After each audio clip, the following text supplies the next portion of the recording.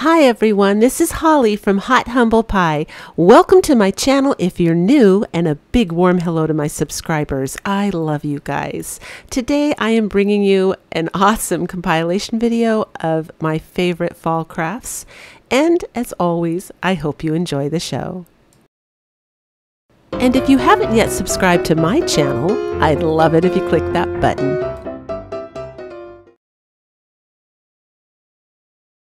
Today we're using this really cute Dollar Tree summer sign, and where I live they're in abundance, you guys, because no one's been shopping. So for my first two fall videos I'm starting off with summer decor, and I'm starting early in hopes that you guys can find these things if you want to join along and craft with me. As you can see, when I went to tear those two front little strawberry and leaves off, it tore, so I ended up having to turn it over and paint the back, but that's okay. I just gave it one coat of my chalk paint and then I blow dry it. And now I'm distressing with a little bit of dark gray. You can use any gray you want. One of my favorite things to do is put, as you can see right here, really dark gray streaks on, and then after it dries I'll put a little bit more white chalk paint over it, and it gives it a nice worn old rustic look that I think looks better than just distressing. Sometimes you can see it here. It actually changes the color in areas and kind of makes it look a bit dirty. I love that look. So it doesn't really hide mistakes, but anyway, it works for distressing. So here's a sign that I made up myself, and the free printable is down below in my description box. And if you click that link, it'll take you to the printable and you can just print it up from there. You guys, I chose the last name Fowler for the farms, Fowler Farms. I looked everywhere for a last name that I thought would be the perfect farmer name, and I got such a kick out of this. Do you guys get it? You know how there's chicken and there's turkey on a farm? You know, fowl? I'm kind of nerdy with that one, but I had to go for it. You may have noticed I cut off the phrase 1 gallon jug 10 cents off the bottom. It's because I wanted it turned up sideways at an angle on the side, but when you print it out it will all be one piece. So here I am using a red pencil. I'm a big fan of colored pencils. It's a great way to kind of mimic an ink stamp. I'm not worried if it leaves some little pencil marks behind, because paint does that too with the brush strokes, but you get a much more mellow, softer result. And these are the ones that I use. They're not too expensive, but they do have to be high quality colored pencils because they have like an oily center and they're real soft, and they work kind of like a colored pencil and a pastel mixed, and I love them. So I do recommend you guys get colored pencils and have them as backup. They're really fun to work with, and I'm just wrapping the handle up with some Walmart twine right now. And the holidays are the one time that I completely advocate Dollar Tree signs. Dollar Tree signs, they rock because they're nice and thin and take up very little storage. It's so very practical to use with the holidays. Otherwise you'd have like 20 boxes to store. And here I'm just taking a black colored pencil and I'm putting in the little marks to make it look like a jar, and I'm going to glue some twine around the top as well to kind of balance it out with the twine on the handle.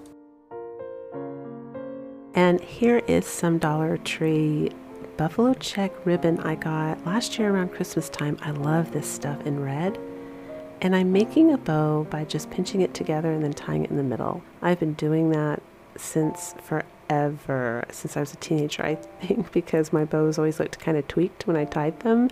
I just recently learned how to tie one of these bows that look like this, but they're tied. You have to tie it like in reverse. I got that video from Marta at Cuban Curls. She mentions it in one of her videos where she learns how, and I'll tell you, it's wonderful, but I wasn't confident enough to do it on film yet. So I decided to add a red button, but it's a little bit too bright for me, and I just age it a little bit with burnt umber. And I do the same thing to the ribbon because we're going all farmhouse here. We want it to look kind of rustic and distressed, and it comes out really good. And look at this, you guys. That is seriously farmhouse cute. I love this sign. I hope you guys can find them too at the Dollar Tree. I don't know why they take them away. The handle is perfect for fall.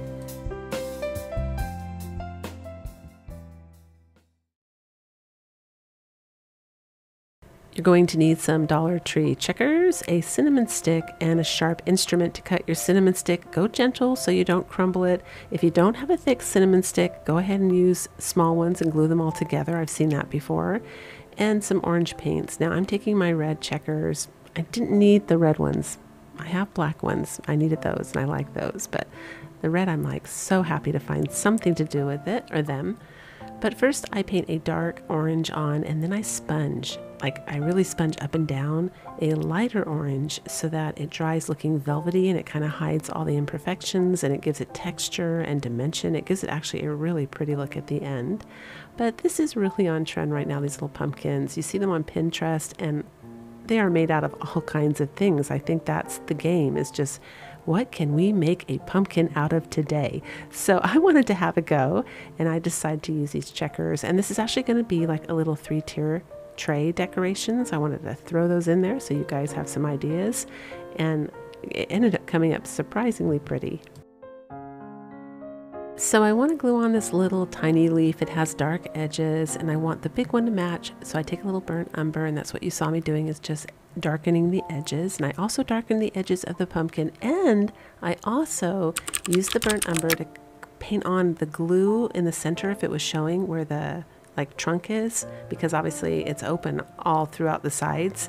And that worked brilliantly. You cannot even see where the glue is. It actually added more like rustic, and I don't know, it added a really pretty look to it. So it came out really nice. I was really pleased with how this came out. Look how cute that is. Okay, so we're going to go on to pumpkin number 2 now. You're going to need a hula skirt or some raffia. My hula skirt's from the Dollar Tree, and my shower curtain little rings there are also from the Dollar Tree. And when you take the hula skirt, you know, you cut it in those little sections. You can see there's like little sections there. It's sections of 3 strands. So you're working with well, if you use a hula skirt, you're going to be working with 3 strands. And the object is just to wrap these up and cover them completely with raffia and or the hula skirt, which, you know, I don't know if that's raffia or some kind of straw, but it works. And that's it. So these hula skirts were available really easily at my Dollar Trees. Finger crossed you guys can find them, but I'm showing you this item here in hopes that you can find it too. We're not doing a DIY today, we're doing it next week, but if you want to play along, I wanted to show you what you're looking for. I found it in the area where the plastic chargers are, those plates, and you know, hopefully it's still there, and pool noodles. You need 2 of them. I have a really neat Christmas DIY planned with pool noodles, and if you can't find this stuff, don't stress, because they come out every year, or things that are very similar, and you can always go back to my videos and look at what we did, because obviously they're pretty much going to go all year because they're for the holidays. And I'm just gluing the wrapped rings in the same formation we did with the orange pumpkin.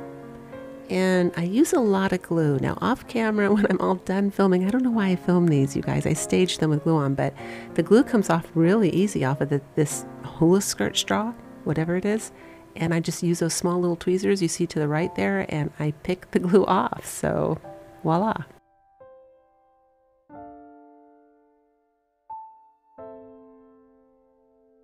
And here I'm adding some raffia that I bought at Michael's a few years back. And I'm just going to decorate them with seasonal autumn garnishes.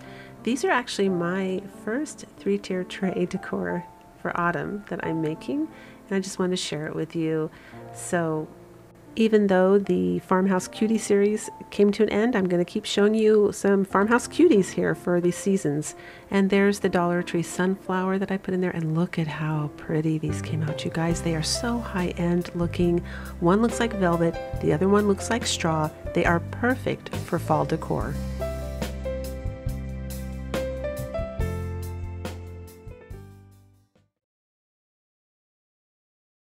Here's my inspiration pieces. They are so cute. They're from Kirkland's, $64.99. They are so easy to make, you guys. All you need is craft sticks. I mean, seriously, this is probably one of the simpler DIYs I've done this year. Oh, maybe not. I think there was one that was a little bit easier. But I needed 11 craft sticks all together. And the last 2 you need to cut at angles so that it takes the shape of the pumpkin. like you see me doing right here. I'm just measuring and then I'm cutting them at angles.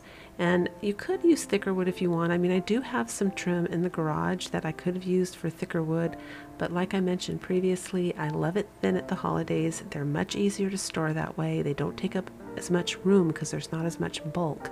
So it looked perfect. It looked just like it when I was all done. I think mine's cuter actually. Now I end up using hot glue here because I thought hot glue would hold it. My bad. Oh, you guys, off camera, I ended up having to squirt wood glue down there. Live and learn. I thought hot glue would hold it. Sometimes it does, but it totally did not. It started coming apart, and I do want this to last at least 2 seasons. Even though I switch crafts out a lot because I make a lot, I do want this to last. And here are my shims from Home Depot, 42 pack, 15 inches, and here's what's neat about them. The ends are super thin because they're made at a graduated angle, and you don't need any special saws or tools to cut them. You can do it just right where you're sitting. Super easy with scissors. I use wood glue, and the way you glue these down is in opposite directions. So if you have the left thick side laying on the ground, you're going to want to put the top one with the thick side on the right side in the opposite direction, and when you glue it down, it's a level surface. And it's perfect for a base because it's thicker than a paint stick and it doesn't have a lot of seams like the towering blocks do. I don't really like those for bases because I don't think they're structurally sound, but these are cheap and they work great for that. Dry brushing with the Territorial Beige because I want to deepen the cream color a little bit because that's what the Kirkland one looks like, and it ends up working great, comes out perfect, and I'm really happy with it.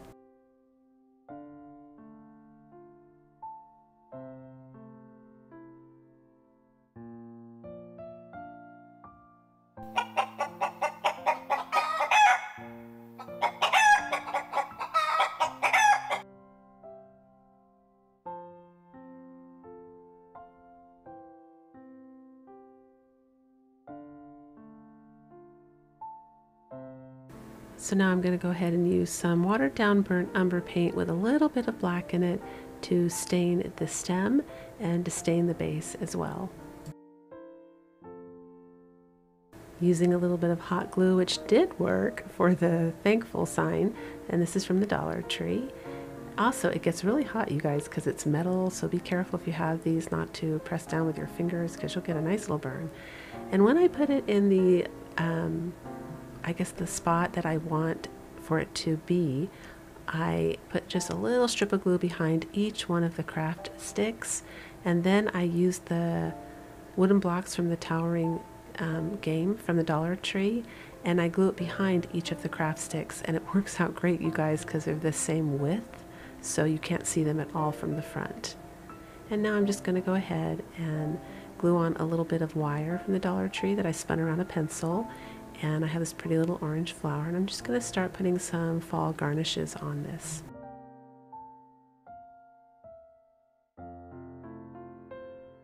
I'm using some of that leftover stain just to distress the leaves a little bit and darken them up so that they're not so green. And I'm adding a fall leaf there. And I decided to use one of the Dollar Tree wooden beads in orange and glue it in the center because I just thought that looked so cute and high end. And I'm adding another little wire because I noticed the one in the photo had 2 little wires on the top, and I think that's super, super cute. And there it is, super, super cute, very high end looking and very budget friendly.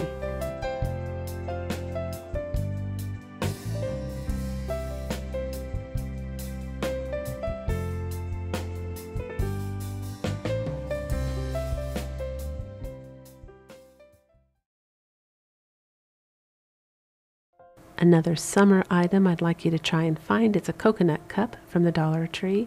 I saw this and I knew immediately what I was going to do with it. I was so excited, and there were quite a few left at my Dollar Tree, so I hope you guys can find it. If you can't, try to find a similar shape. And you're going to need 2 wine corks, and I use wine corks because I cannot for the life of me find those package of wood little stems that everybody else seems to find from their Dollar Tree. I have never seen it once in any of my Dollar Trees in my region. So I have to do the wine corks. You can also get wine corks from Hobby Lobby and Michael's. You can order them on Amazon. Mine are free because during the holidays I usually buy like 2 or 3 bottles of wine, and I've been saving them for 10 years. So I have tons of wine corks from, Christmas, Thanksgiving, Easter, and my sister gives me hers. So I will run out eventually, and then I will have to buy them. But today we are making a faux acorn, and this is going to be the top of the acorn. I'm going to show you in just a minute what a real acorn looks like. There it is. That's what we're going to kind of strive to imitate. I probably wanted a little neater than that, but more or less, it's good to see the real thing. It gives you guidelines because it tells you that although we're going to have these little discs on, these little circle discs, they don't have to be perfect. So if you have to cut some uneven shapes or odd shapes to get it to fit or, cover the bottom, it's fine. And it's also fine not to cover every single section because there are definitely flat sections on the real acorn shell. And I also collected those for another DIY, you guys. I live by tons of oak trees, so we have acorn galore. So I'm going to show you here too how important it is that you make sure you're gluing underneath like that. So it has that formation where everything's just kind of trickling down and it's underneath each one of those little shells. And again, it doesn't have to be, or wine corks, not shells, sorry. But it doesn't have to be perfect because, as you could see, real acorns are definitely the farthest thing away from perfection. You all probably noticed too that I painted the entire coconut shell with a dark brown color. It was burnt umber. You can use any dark brown you want. And here you see me gluing that top on. Don't do that. I ended up having to tear it off to put the stem on. So I just wanted to point that out. And I'm also pointing out the little uneven shape I put there and how good it looks. It adds texture, dimension, and realism to the entire craft. So here I'm using my sisal rope and I'm going to wrap it around the bottom, and I get 164 feet for $23.99. You can get 100 feet at Walmart for $14.99. So I'm not sure, I didn't do the math, I don't know. I think mine might be a little cheaper, but I'm not sure. Someone tell me in the comments. But that's only if you need a large quantity like I do because I craft a lot. If you're just needing some sisal rope for a craft, then Walmart offers 10 feet for $8. I also have a cat, so I know I can always use this when the scratching post goes bye-bye. But if you're interested in the one that I bought, it's below in my description box. There's a link there. It'll take you right to it. Most of my crafting items are, I try to do that for you to help you out there because I know I always have questions and I usually look in the description box to see if people have listed it there. And I'm always so happy when they do. So here you're going to see how when I get to the bottom, I don't glue it to the bottom of the coconut shell, but I wrap it up on top of itself. So I'm starting to glue it now on top of itself, and I'm going to wrap it up so that it's pointy like a real acorn. And I have some more information about this awesome blue silicone spatula that I use. This week's shout outs, Duty. She lets me know that this is originally for mascara that you put under your eyelashes. She's now using it for crafts because of me, and that you can get it from e.l.f. products as well. Lilani Dixon tells me that these are found on Amazon, 5 for $5.68. I bought them there. And last but not least, Margaret Mangun. She lets me know they're at Walmart as well for 97 cents. So thank you to my awesome subscribers for letting us know where we can get those awesome spatulas because they are fantastic for crafting. And here I am trying to start a house fire. Just kidding. I love burning sisal rope though. All joking aside, because it's natural, it smells like a campfire in my craft room. It is so pretty. And I'm just adding some burnt umber on the top of this acorn to make it look more like the real acorn top that I showed you at the beginning of this craft. I'm just dry brushing a little bit of that burnt umber onto the bottom base. This is just a little bit of scrap wood that I had left. And I'm using it. I wanted a thicker, heavier base for this because it's pretty heavy with the sisal rope on it. And there's some drift wood that I have left over from when I collected it on the beach. And I'm gluing it on top with hot glue that holds it perfect. It's just fine. And here I am looking for the best side before I glue it down. And that little leaf right there is off of the Dollar Tree pumpkin they're selling right now for the fall season. I thought it would be perfect on my acorn. And you guys, I'm telling you, this is one of those crafts that I had a certain expectation, but when I was finished, I was like, wow, this is my favorite one. I love all of them, but this one was a wow. And, you know, my husband was wow.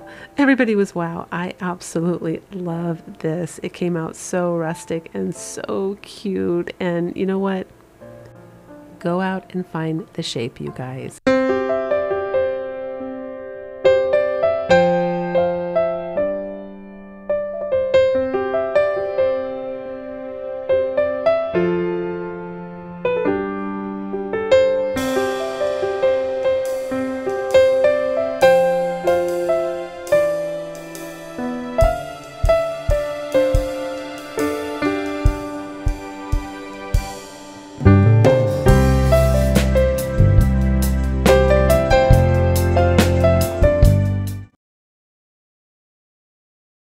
Found this super cute little sign at the Dollar Tree, and like with everything on my tiered tray, I need the back to be decorated. So I'm going to decorate this one for fall.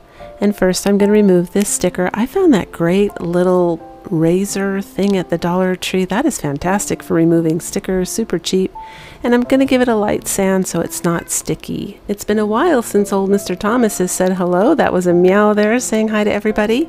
So I'm just giving this one coat of my Holly Humble chalk paint. If you'd like to know how to make that, the one that I'm using, I do have a video on it in my description box. It's not plaster of Paris and it's not baking soda.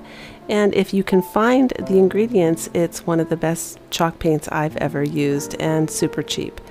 So I love the twine on the top of this. As you can see, I'm very carefully avoiding painting it because I think that's perfect for fall. And this is a really easy DIY. It's family friendly. You can even get your children involved with this one. And I'm just using the Dollar Tree maple leaf here, giving it a light coat of the chalk paint. Now I am going to use a water-based stain here in a minute. My favorite stain that's coming up also below in my description box. But if I use it straight on the wood, it will go too dark. I discovered when I made my little mini cutting board in the Farmhouse Cutie series that I absolutely love this stain on paint. Look at it. It gets streaky and looks like wood grain, and it gives it a beautiful dark walnut color. So I love that look. I'm just gluing it down with a little bit of hot glue, and I'm using a little bit of leftover Dollar Tree hula skirt to tie a little bow to cover that hole. You can use raffia. If you don't have anything to tie there, or you just want to leave it really plain, which is fine, you're going to need a little spackling or joint compound to fill that hole in, but here it is. Absolutely beautiful. Simple, clean lines, high-end, and very, very classy looking.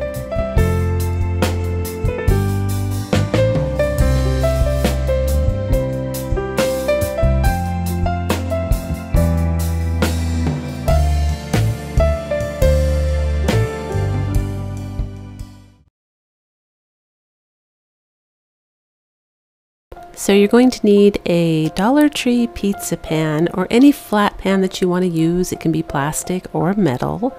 But I've been seeing the pizza pan art going around for like a year and a half, maybe even 2 years now.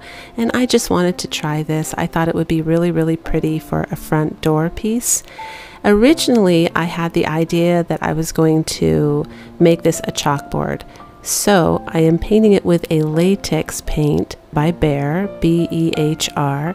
It includes a primer. It's an ultra matte dry, but it claims it will stick to glass, plastic, pretty much anything shiny. So I just wanted it to be really durable, because once you start taking that chalk and scratching away on the pan, I was worried it would scratch off. So I chose a paint that would stick, and I do 2 coats. So I do this and then I let it dry, and then I come back and do a second coat, which I did not film, but it was too streaky and you could see some of the metal through, so it definitely requires 2 coats. Here's some real acorn heads and an Easter egg from the Dollar Tree that I found during the last spring, this last spring. And I got so excited, you guys, because I realized 3 of my acorn heads fit those little eggs just perfect. So I paint them in antique parchment by Apple Barrel, and then I just kind of scribble on, you can see me doing it right here, the territorial beige, just to make it look kind of rustic and more like an acorn. And then I glue the top on, and look at how adorable that is. This is kind of a DIY number 5, but I just threw it in there because I'm going to use these 3 little acorns to decorate my pizza pan. But you guys could do that as a whole separate DIY and just fill a little glass jar with those. They're so cute if you live near a tree that gives off acorns. Or you could just design your own little top for those eggs. But here I made a sign, Autumn is Calling, and the free printable is below in my description box. You can click on that link and it will take you to the printable that you can print up. And I traced the back of it with regular old chalk, no big deal, and I stayed on the letters. So you get a really clean transfer when you stay on the letters and you don't just scribble all over the back of it. I've seen people do that, and it's really dusty, you guys, so I recommend that you try to stay on the letters and you save chalk. And I'm using my favorite chalk pen, also below in my description box, just to trace it here. So I step back and look at this, and I decide it's looking a little too Halloween, and that's not the look I'm going for. So I tried dry brushing on a little bit of white paint to see if I could make it look like a wood frame, but I'm not really happy with it. So I go ahead and I paint the entire edge with white Apple Barrel acrylic paint.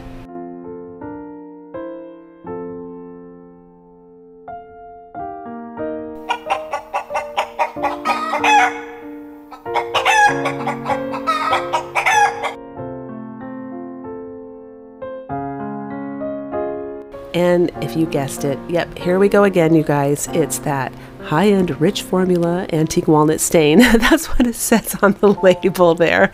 I sounded like a commercial, but I love this stuff. It's water-based and it glides amazing. Like a little bit goes a long way. It has no odor and it just rinses off your brush because it's water-based. So it feels not as toxic, I guess, and it's easier to clean up than wax. And I haven't been able to find the Waverly wax. I'm getting really frustrated with that. Everywhere I go online, it's sold out, and I haven't found it in the stores I'm looking in either. So this has been a great alternative.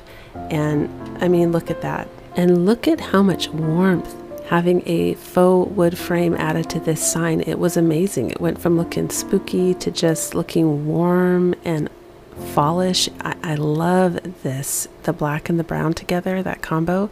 And that ribbon is some ribbon I got, I think, about 2 years ago from the Dollar Tree. I have been waiting for the perfect thing to use this ribbon with. I was in love with it when I saw it. Well, I love the fall leaves and I love the fall colors at fall.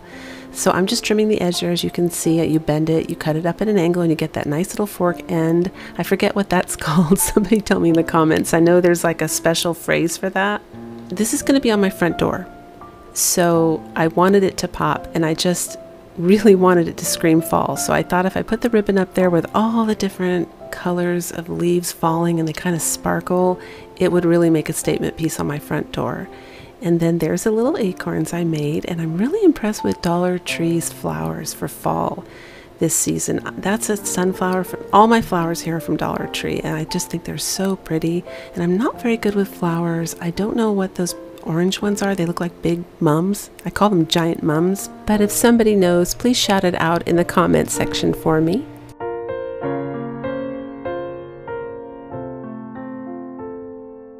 And here I'm gluing some flowers on the bottom. Now, this is going to be on my front door. I have a heavy wooden front door, and it just felt like it needed a little more weight and balance. I think if I was going to keep this inside, I would have skipped this part and left it empty. And I'm even gluing some little berries in the center of that flower. I thought that looked so pretty. But because where it's going to be located, it needed more weight. And here I want to show you guys how I hang slippery things. It's been working for me for 20 years. I use masking tape, super hot glue, and I glue it. Then I glue over the string or whatever it is you're hanging it with, and you put the tape down right away while the glue's really hot and it kind of melts, and you do that all the way up the back.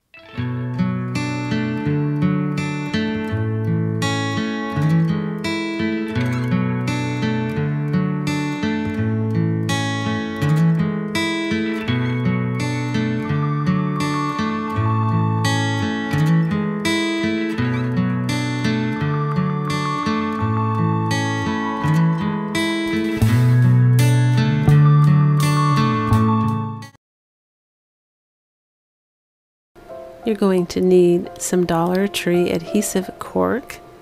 You can use any backing you want, but this is what I used if you want to recreate it. And one of those little Dollar Tree wooden pumpkins and a little Dollar Tree sign. This is one I bought, I think, a year and a half ago, and I'm going to repurpose it now because I didn't really like what I did in the front there. It was like really hastily put together. So here I'm just pushing some paper down to get the shape inside, to get a pattern, and I'm cutting it with a little knife. That's not a utility knife, it's a craft knife. So I was cutting it with a little craft knife, and now I'm just tracing it around so I can, this is on the back of the cork board, so that I can get a nice little perfect fit there. Don't forget to follow me on Instagram and on Pinterest. If you send me a photo of a craft that you made that I inspired you to make, I share it up on my Pinterest board that I have set aside especially just for that, so that we can celebrate what you did with the world and with each other, and we can also share that way. I think it's really, really neat. You can send me a photo on Pinterest by making your photo a pin and then sending me the pin. You can send it to my Gmail, which you will find in the About section here on YouTube, and you can tag me on Instagram or send me the photo in a message. But I would love to see it. Thank you to everyone who has participated so far. It's been wonderful. On this little pumpkin here, I'm just going to paint him with my chalk paint, and while the paint's still kind of wet, I'm going to add the little, grooves and lines in that they have to give him some dimension here. And I use my fingers, you guys. I don't know if that's bad, but that's how I do art. Whenever I blend, I tend to use my fingers. I hope there's someone else out there that uses their fingers too.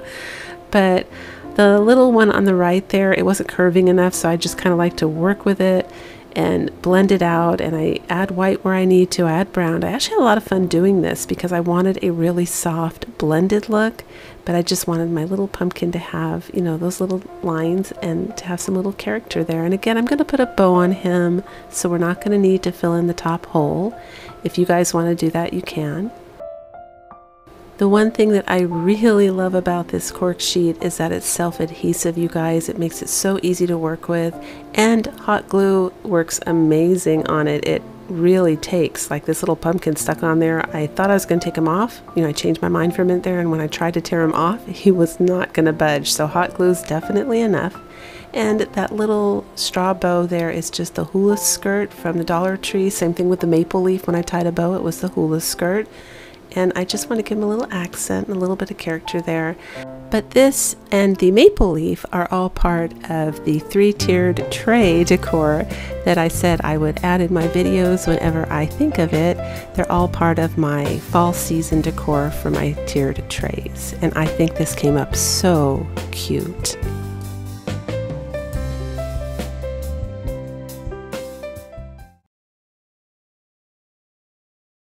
And for those of you that watched my first fall series last week, I showed you this little pink piece here, hoping you guys could get it, because we are going to be making a tiered tray.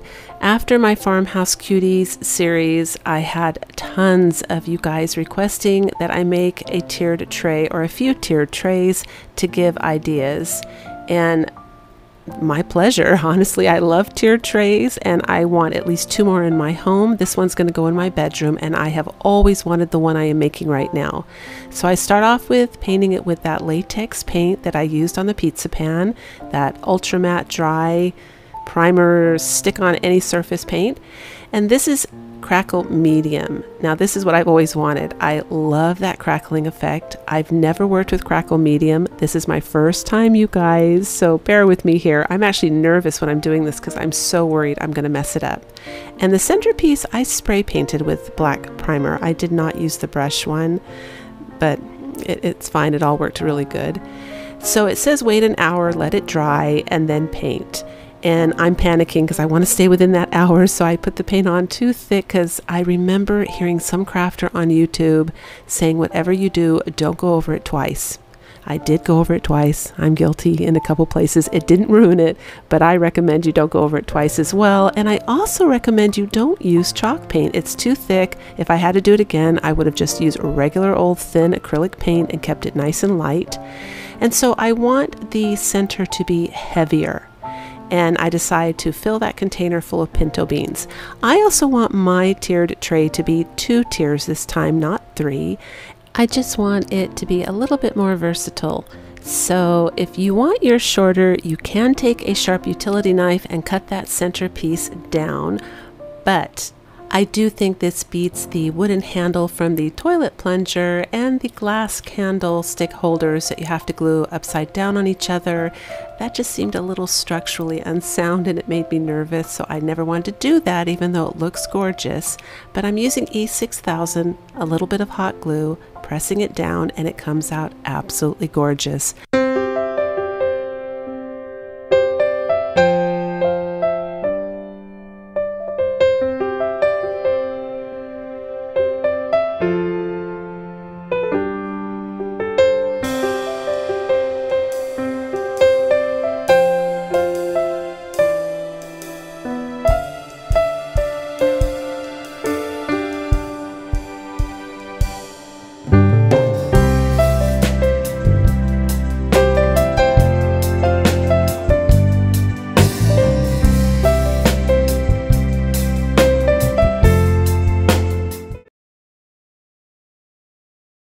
Found this neat little vase at the Dollar Tree and this super cool candle holder thingy.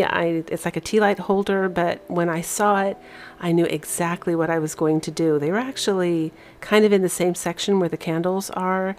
And that was that same Dollar Tree where I found that pink tall thing I used for my crackle tier tray. I just scored at that Dollar Tree. For some reason they had unusual stuff. And as you can see, it's pretty easy to get out. I had put my little tweezer thing under there to kind of loosen it. And now here, that glass thing was a bit of a tight fit, so I was putting it in slowly and pushing down slowly because I didn't want anything to crack. But the good thing is once it was in, it was in. You're also going to need a can. Like I had a big can from boneless chicken breast. That's what that is, and it was washed and bleached, and a mayonnaise lid. So this is what I decided to use. So the whole thing from the Dollar Tree cost you $2. The rest of the pieces, you're just putting it together from, well, trash, and it ends up looking amazing. So I'm using that black paint that has a primer in it. It's a latex paint. I used it in my previous video. It's an ultra matte dry, and it's just really good for painting on shiny surfaces. And here's the tuna can I'm painting. I actually forgot about that. You need 2 cans. You need like a big tuna can and a smaller tuna can. And the way that you get these clean is just to spray a little bleach cleaner in there, or chlorine bleach, and put it out in the sun to dry, and it zaps all the smells. And of course they've been sitting now in the garage for so long in boxes, they just smell like metal. And you're also going to need the top of that little, the glass part of the tea light holder. As you can see, I'm painting that as well, so don't throw that away. We're using everything with this DIY. So this is going to be the top of the old-fashioned little farmhouse lantern here, and it doesn't sit quite high enough. It goes really low on that vase, and I couldn't find a taller vase in that shape at the Dollar Tree. So this is how I'm winging it. I'm just going ahead and cutting out 3 pieces of cardboard, and I'm putting 3 of those little towering wooden blocks in between, and then I test it to see if it's tall enough, and it's not. So I'm putting 2 more of the little towering blocks on and putting cardboard on top of that. Now I wanted 5 altogether for weight as well, because that helps hold the lid on top. And I put it inside there and I tested, and it's perfect. It works great. So I decide to commit, and I use a little hot glue and glue it in there.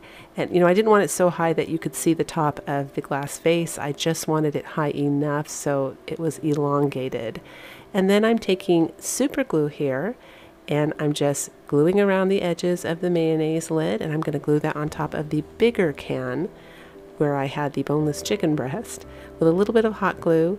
I'm just going to glue that piece onto the bigger side of the, bigger can.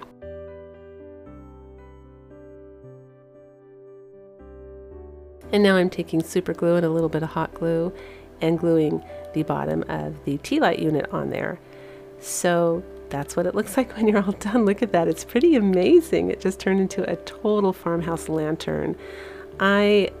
If you watch my earlier videos, I show you my mantle in my living room, and you see that lantern there, and I Got that at the GW, the Goodwill. My sister and I call it GW. It's like code word, like Target, to sound fancier.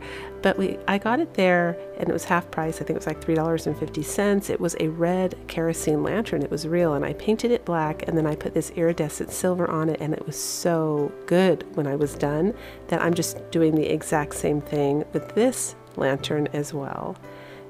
And it was super glue gel, not just super glue. I don't know if that makes a difference, just in case, but I'm just arbitrarily taking and putting random little iridescent silver paint streaks everywhere to make it look old and rustic and scratched.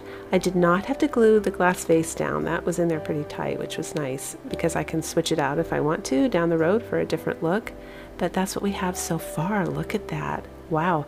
And this is a tea light candle from the Dollar Tree, and when I put it in there, you guys, it just looked corny.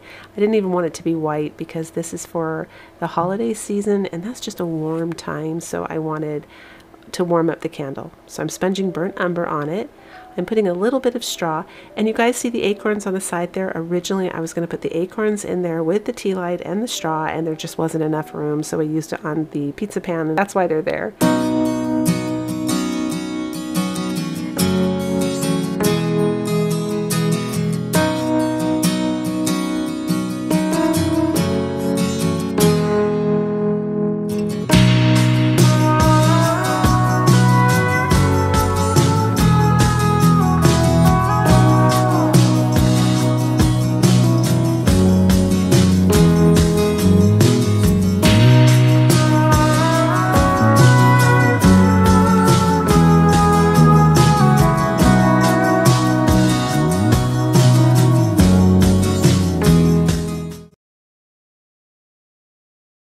So you're going to need that Dollar Tree Farmers Market calendar here, and I'm using the page that says crisp apples. I think it says high quality crisp apples, and I just thought it would be nice to kind of do an apple theme since my first sign was about the apple cider on my first fall video, just in case you guys are doing a theme. Plus this goes with summer. It's such an easy, convergence into fall. These apples go with August, September, and then they suddenly go beautifully as well into fall. I'm going to do all the themes, you guys, because I love everything about fall, but I just thought it would be fun to start with the apples. And here I'm tearing the edges. You can see what I was doing to make it look old. We're going to start with that. And then I'm using some scrap wood I have left over from a bunkie board when I took apart my kids' bunk beds. I just have tons of scrap pine. This is not the free wood, but you could use the free wood if you want. If you went and got the dunnage blocks, that would work too. You could even use painter sticks. But with the Dollar Tree calendar pages, not the front cover, that's awesome, it's cardstock. But I just find you really need to up your game and put it on a really good, something that would complement it, base. If you just stick it in a frame, it looks cheap. They kind of wrinkle up, they're shiny. Even when you press it super tight and flat, they kind of wrinkle up. It's frustrating. So at least that's been my experience. I don't know if you guys have some magic trick, but I'll tell you, I need to Mod Podge it on something or it just looks so obviously a calendar page. So anyway, that's my story. I'm sticking to it. Anyway, I left the edges not glued here. I just glued this down with school glue, no big deal. And I left the edges loose so that I could continue to tear and kind of create, make it look the way I want it to look. And now I'm happy. I'm looking at it thinking, this is looking good. I'm making a palette sign in case you haven't already guessed. And when I'm happy with the final, tearing and look, I go ahead and give it one coat of thick Mod Podge. So the one thing I love about that is even if Mod Podge makes this wrinkle up a little bit, it just looks even better, you guys, because old sign, how the paint kind of like bubbles up and wrinkles when they're old, if it's been weathered and out in the elements. So I'm thrilled with the paper crinkling a little bit when I make a distressed old farmhouse sign. It's perfect. And I'm using painter sticks, no problem, because that little yucky edge is being hidden. Just putting something heavy on top of it to let it dry, and I did use wood glue. And then I just took a little bit of black and burnt umber, mixed it together, created a color that would be good for distressing this sign and making it look nice and ancient and old and dirty. And I'm using a sponge brush because a sponge brush has that thin little beveled edge, I guess, and it really gives me a lot of control to tap, tap, tap around the edge and stay on the edge when I'm painting on top of Mod Podge, because even though the Mod Podge is dry, it's slippery. So for me, the sponge combined with my fingers, I love using my fingers. You guys, I get into my craft and my fingers are always at my disposal. I pretty much grab anything near me if I really want the look and I'm panicking, I will look and grab anything. So I love the way this sign came out. I think it came out awesome looking. It's like the perfect palette sign for fall, and I could not be happier.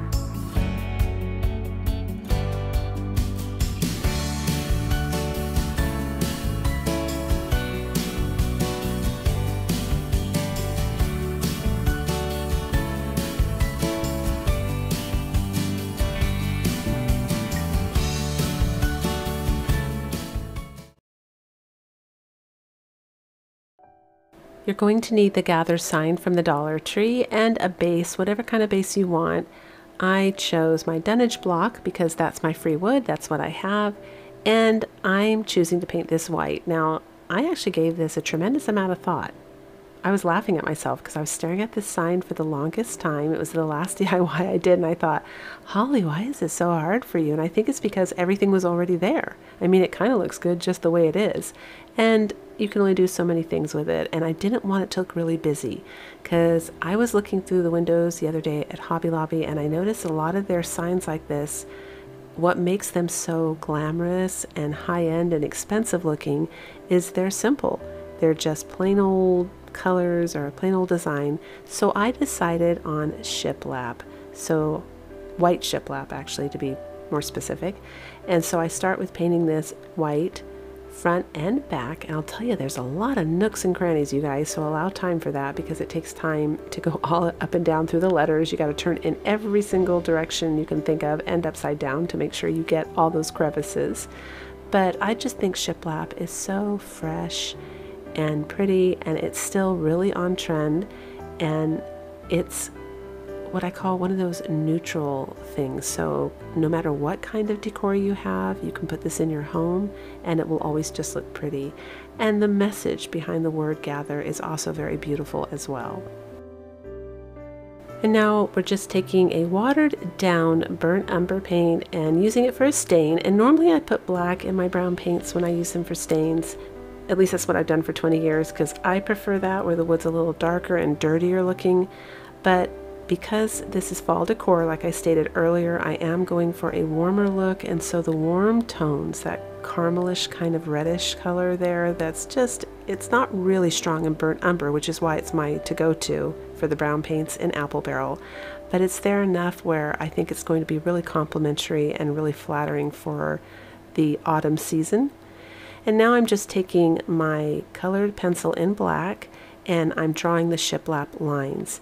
You can use a regular old lead pencil because that's the same color. I just didn't have one that was super sharp near me and I didn't want to mess up. But, you know, regular old pencil will work just fine. Don't stress about it. And I'm making them as straight as I can. I'm trying to, but it's not hard to do. That's it. It looks pretty good. And after this, I decide, you know, we have to distress it a little bit, of course, because shiplap, if you look it up online, it's always got some kind of little like wood marks in it, and you know, it's never just white with lines. It's always got something in it to kind of indicate that it's wood. So that's what I'm doing right here, and I'm just using the Pewter Gray by Apple Barrel.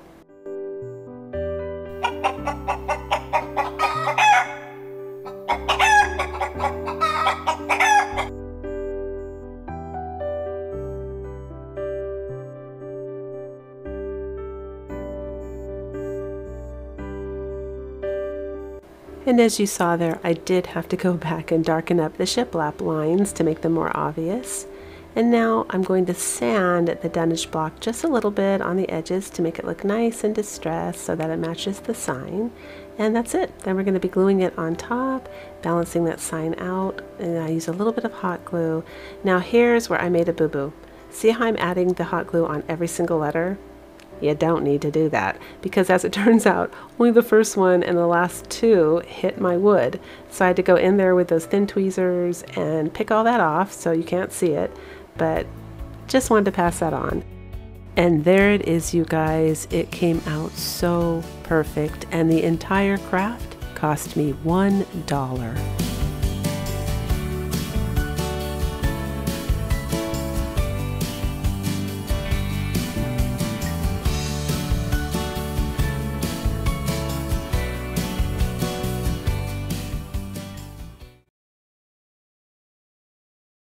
This is my inspiration piece, and I mean it is a serious inspiration piece.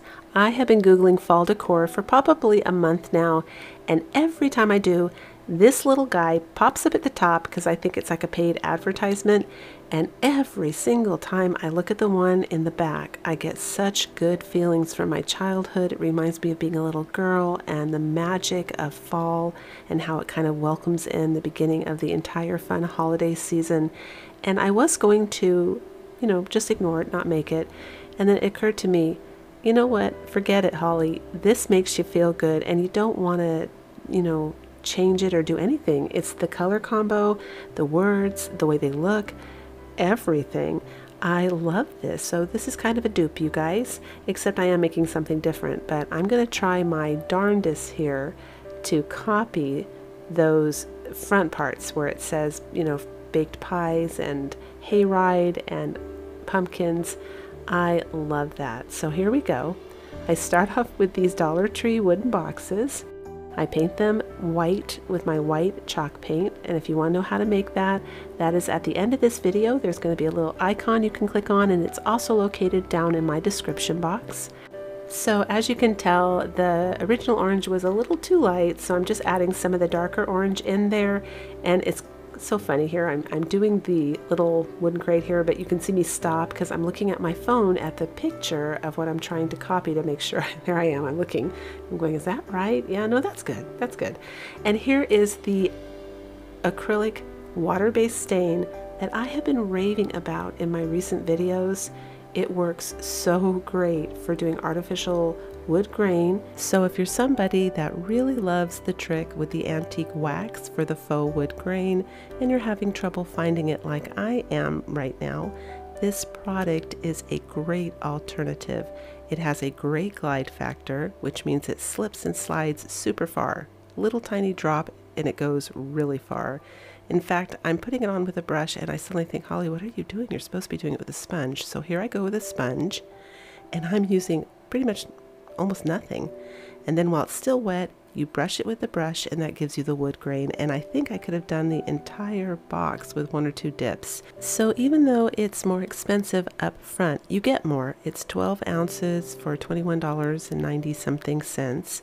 I suspect that this product actually works out to be cheaper than the wax because of the glide factor.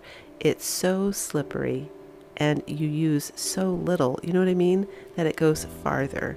So I mean, I can't imagine me going through this bottle in even a year or 2 years. It just seems like it goes and goes and goes. So I'm not getting paid or sponsored or anything like that. I just really think you guys would probably like this if you're into finding ways to make things look like faux wood. And if you want to know the one I used, it's down in my description box. You just click on it, it will take you to the link, and you'll come to the exact same one I'm using in this video.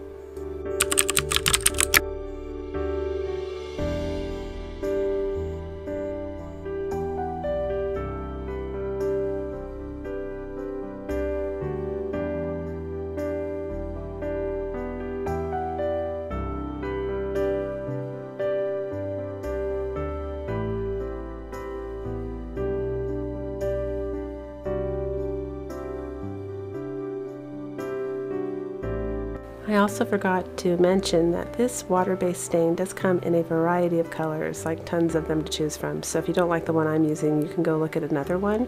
And I forgot to tell you that if you make a mistake, you can just wipe it off.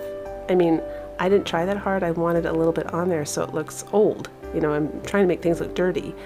But I could have easily pressed that sponge down and gotten a totally clean white surface again and started over. So that's kind of neat too, and it dries fast because it's water, you know, water-based.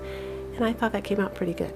So here I am taking the chalk pen and I'm doing the hayride here. And you know, I actually just enlarged this on my computer screen, held a piece of paper up, and traced it right off my computer screen. It was really rough, so the letters aren't identical, but they're close enough. And here's where I changed things up. I like black better for the fresh baked pies. I think theirs is white. And I'm using a brown Sharpie to write the word pumpkins. And I think it came out pretty good. This is a Dollar Tree pumpkin I have from last year, and I'm just putting some of that boo-boo paint, that sample paint that they sell for 50 cents that people don't use at Home Depot. And here's the little mini pumpkins from the Dollar Tree. I give those a coat of my white chalk paint, and then I'm going to take some apple barrel green paint. And I can't remember what color, but you guys can use whatever color you want. You know, it's kind of a celery color, but I'm just making them green because the arrangement I'm going to make is going to lack green, so I know I'm going to need green accents in it. And I'm using hot glue to glue the two boxes together at the bottom, and then I'm going to put the white box on the top and glue it down there. And here's a Dollar Tree pool noodle. These work great for floral foam. It's super cheap. That's why I told you guys you should stock up on them too. I have a DIY plan for Christmas, but in general, if you like doing florals and you don't want to spend a fortune on those little blocks of foam, these work fantastic. And that's how I'm cutting them, just straight up the center, and then I spread them out and I use, you know, a generous amount of hot glue, and I press them down, and they will work brilliantly to hold my florals in place. I'm just putting a little extra glue on top because it was curled, so it wants to curl back, so there's a little bit of resistance. And now I'm using some floral moss, which is very old from Hobby Lobby, so it's kind of browned a little bit, so I thought it would be perfect for fall. And this is what we're left with. I'm gonna take that pumpkin and, oh, I didn't include it in the video. I thought I did, you guys, but I just dry brush white paint on that pumpkin in the middle there. So after I paint the little pumpkins white, I take the white brush and just do a little dry brushing on the, he was kind of like a sandy color. And now I'm just adding some Dollar Tree florals in, which I think are beautiful this year. They're fall florals. I think they're absolutely stunning.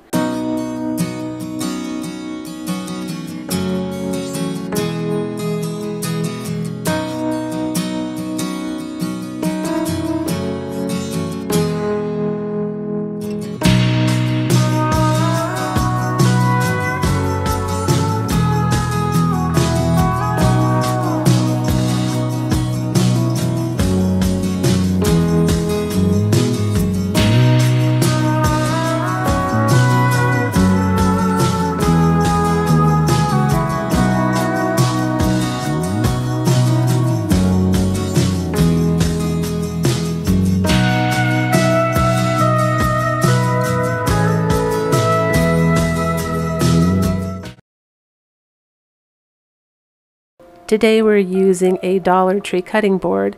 Now I started off by painting mine so that I would have brush stroke marks to help create a faux wood grain. But I used acrylic paint, you guys, which wasn't smart.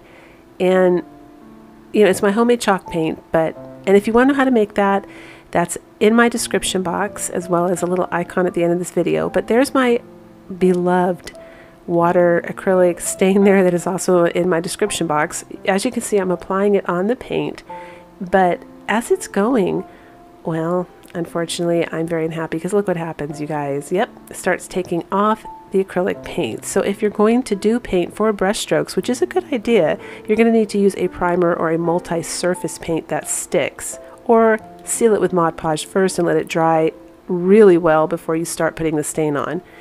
Or you could just do Mod Podge, actually. That would give you brush strokes as well. So I turn it over and I think, no big deal, I'll just do the back side. But these little cutting boards from the Dollar Tree are designed to have a non-slippery surface so your food doesn't slip off while you're cutting it.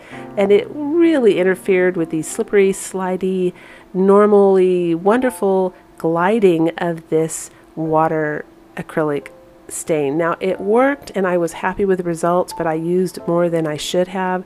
So I suggest that first of all you seal it with a Mod Podge and create a shiny slick surface so that you don't have to use as much stain.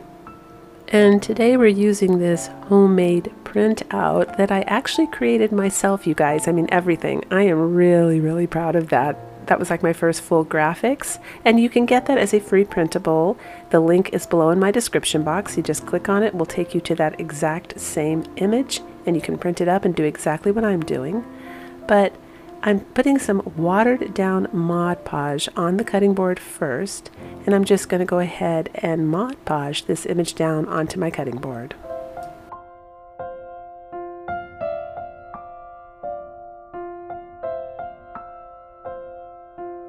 And because I don't like to do my wet stuff like twice over, where I have to wait for the first layer to dry and then I distress and then put the top layer on, I like to do all of my wet stuff all at once so it goes faster. So I'm going ahead and sealing it with the same diluted mixture of Mod Podge on the top.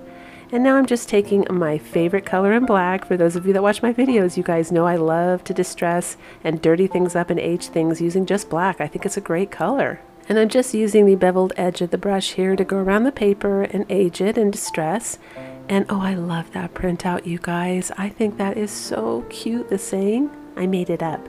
But you know what? I bet you if I dig deep enough, somebody's probably done this. I have learned, you guys, in my life, no matter how creative I think I am, like, ooh, I've got something new, I'll find out that somebody already used the words "falling leaves please" in Timbuktu. You know what I mean? So you can't reinvent the wheel. But I'm proud of it. I thought of it and I thought it was so cute. So here I am. I'm just using some of the hula skirt from the Dollar Tree, and I'm going to tie it in a bow.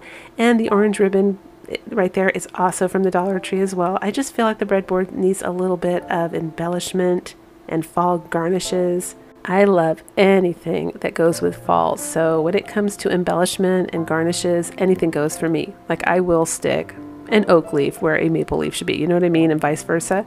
As long as it has to do with the theme of fall, I just think it looks beautiful, and I think it goes. Especially, I kind of like the mismatched sometimes because it gives you multiple feelings of joy when you look at it. You know, it's just beautiful. So I'm going to glue the ribbons on. I'm not going to go too low on the curvature there on the handle because I think that looks really pretty and I don't want to cover the words. But this came out so cute, you guys. Look at that. And it is such an easy craft. You can do this with your kids, your grandkids, or you're just looking for a super easy craft for yourself that comes out really high-end looking. And I was thrilled to know that the Dollar Tree cutting board can be easily made to look like real wood.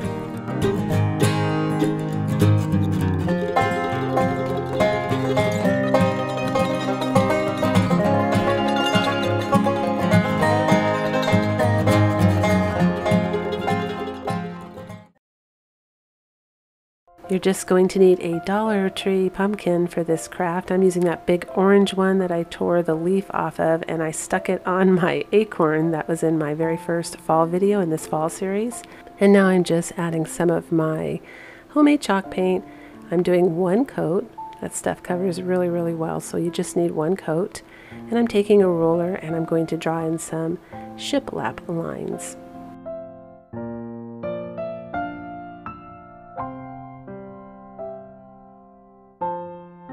And so now I'm just doing the dry brushing technique to add in some distressing and a little bit of faux wood look, I guess. And this is just in Pewter Gray by Apple Barrel. And here I'm using Territorial Beige for the stem, also by Apple Barrel. And I have a really neat technique coming up to show you on the stem here. You'll see it in a bit.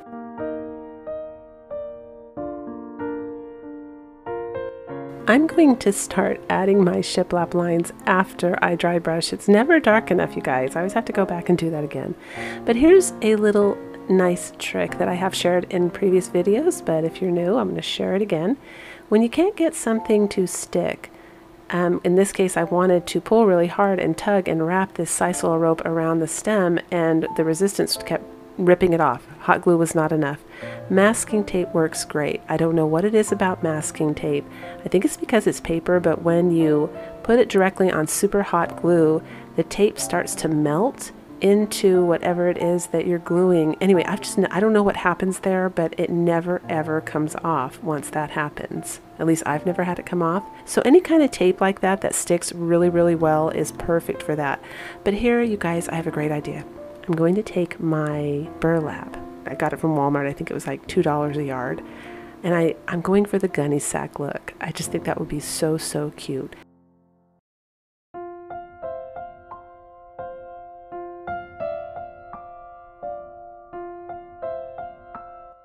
So I take the Dollar Tree little stick-on letters there and I stick them onto the burlap, and now I'm sponging black on just all around that. And you know, the look is really neat. You'll see what I'm talking about. It almost looks like a potato sack, or it gives it a very good vintage farmhouse look. I love it. It comes out really good.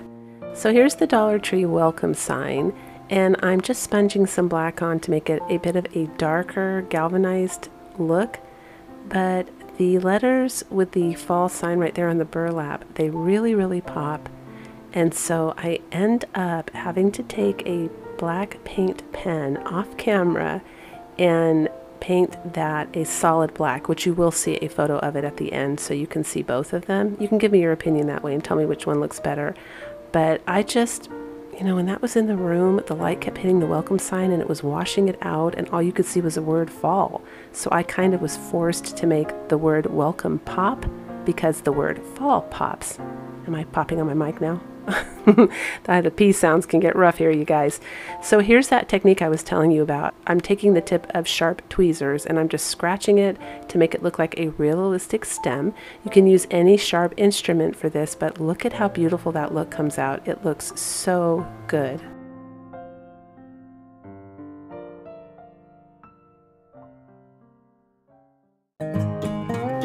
And there it is, you guys. Totally cute, vintage, rustic farmhouse little pumpkin. I love this. And here it is with the metal welcome. And now you're going to see it with the black welcome.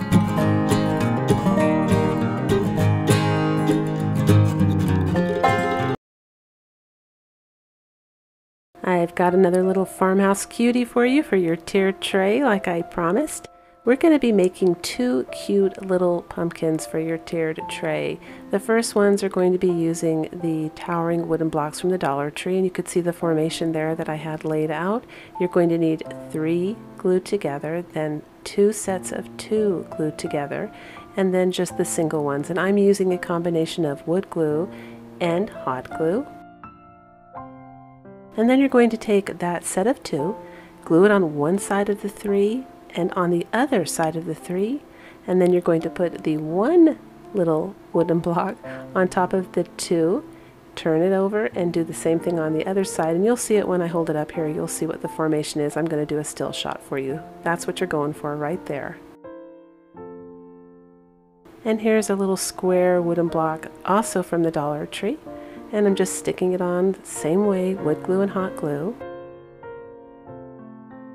And that's what you have. The second pumpkin is going to be 4 wine corks and a little bit of wood. That's driftwood from the beach for me, but you can find wood like that around the yard anywhere. And if you're lucky and you have those wood pieces from the Dollar Tree, those are perfect. You can cut them down for this because I think those might be a little too tall, but you can cut them down to make them work. And so that's going to be the stem of that little pumpkin. For this little pumpkin, I start off painting it a nice neutral color that's from Home Depot. It's their little, I think I call it boo-boo paints, but that's not the right word for it. But it's their sample paints. They're 8 ounces for 50 cents. So apple barrel paint is 2 ounces for 50 cents. So you get 4 times the amount. And they usually come in neutral colors that are perfect for farmhouse. So make sure you go and check that out when you're at Home Depot to see if they've left, you know, any paint out there discounted like that, because it's great for crafting.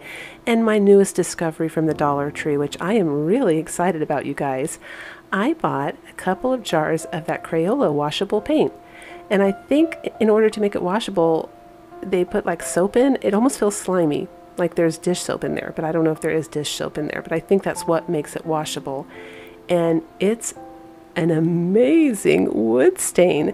The brown color is almost identical to the nutmeg and apple barrel, which I have been looking for forever from my Walmart, and they're always sold out, and I need it for rusting and for, you know, aging and distressing. And I was in for a pleasant surprise, you guys. If you have something that is wood and you want the wood grain to show through, which I almost always do because I love wood and I love to show off that something is real wood, these are perfect.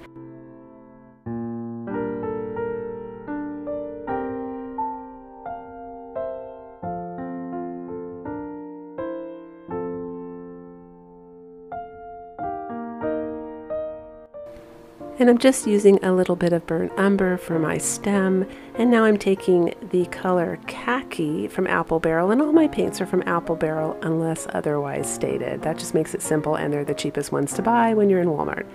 And I'm just dry brushing it on here and kind of making it look woodsy. I wanted to make, you know, well, I just love the rustic look, and I love things to look like they have some kind of texture and grain to them, almost like wood grain. But then I decided that it would be so cute to add color to this. It just ended up looking better with a little dry brushing of the green over it. And these pumpkins, by the way, they definitely cross over to a boho theme.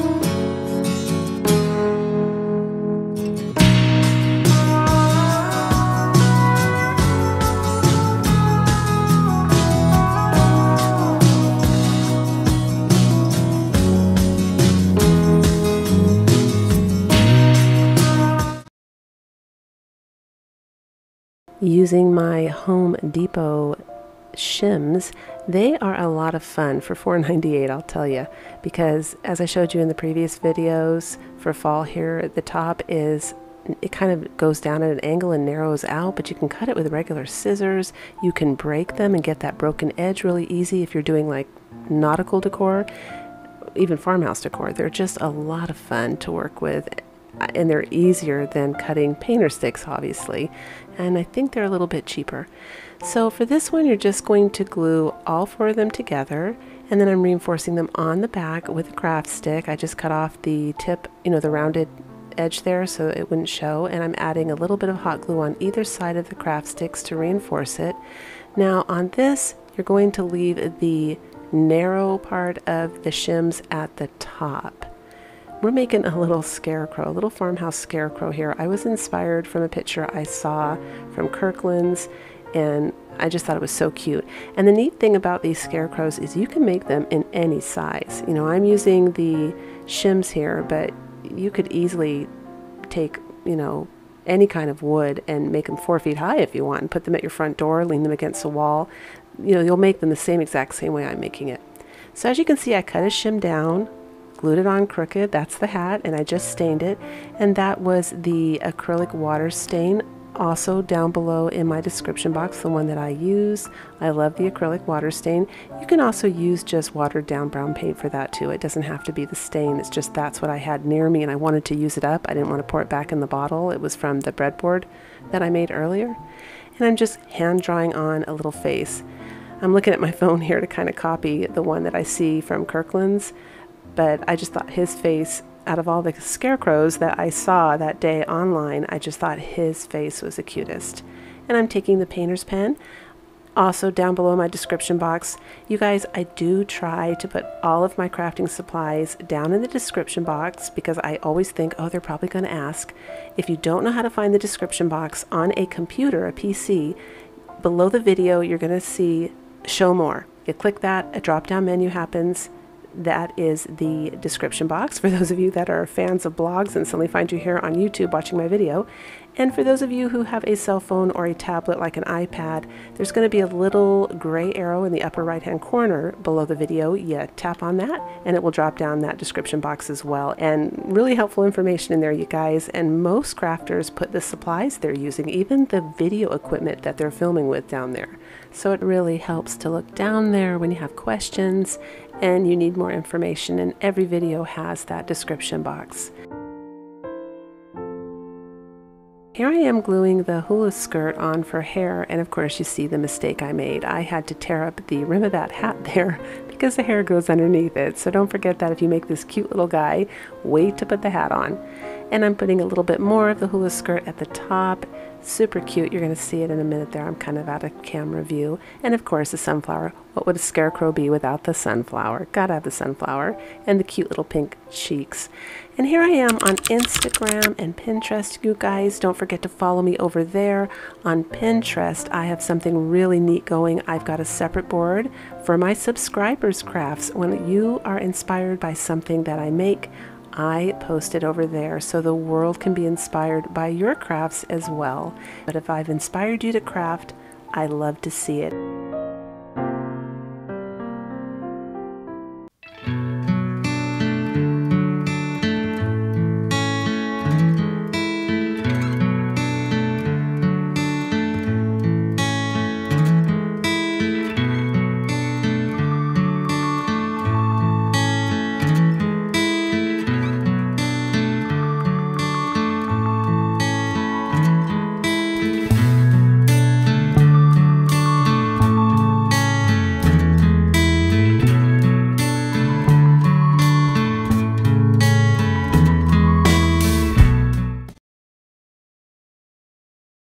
For this craft, you're going to need one of those little Dollar Tree blocks. I'm not even sure what they're called. They're in with the signs usually, and sometimes they're on end displays.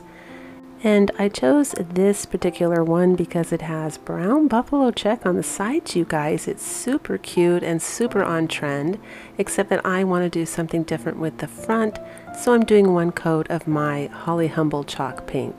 Now, you can just use acrylic paint, but you're probably going to end up having to do 2 or 3 coats to, cover the words.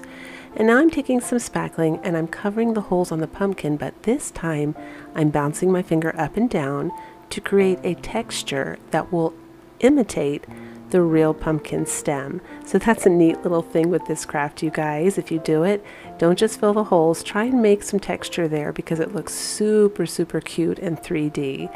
And now I'm just using my antique walnut water-based acrylic stain. And anywhere I use this stain, you can substitute it with the Waverly wax for wood grain. In fact, the first person I saw do that trick, I have to be honest, was Marta from Cuban Curls, because that was an old video and she was saying, I just like to use the wax because I think it looks more like wood and you can get a wood grain. And I see other crafters doing it, but I was watching like so many videos back then and I'm pretty sure she was at least the first one I saw that did that. And I do want to tell you guys, you can do that. I mean, the antique wax works great. It's just I can't find the Waverly antique wax anywhere, so I'm stuck like ad-libbing it, and I'm really, really pleased with the water-based acrylic stain. Anyway, for this craft, I'm just painting the pumpkins a light orange, a light green, and then I'm taking khaki, an apple barrel there, and you can use any colors you want. I put it on, but I think it's a little too dark. It's kind of a sandy color, so I am going to lighten these up and make them more of a pastel because I'm going for more of a neutral fall here, but I still want very subtle touches of fall colors. So here's my trick for settling up any color. I'll just smear some white paint on top and make little lines, and later you're going to see me grab a wet sponge and I'm going to kind of go over it and create almost like a whitewash. And I've always done that for years because you can make any dark color turn into a pastel color and you don't have to spend so much money on paints then. But we start off just giving it some texture and lines like real pumpkins have.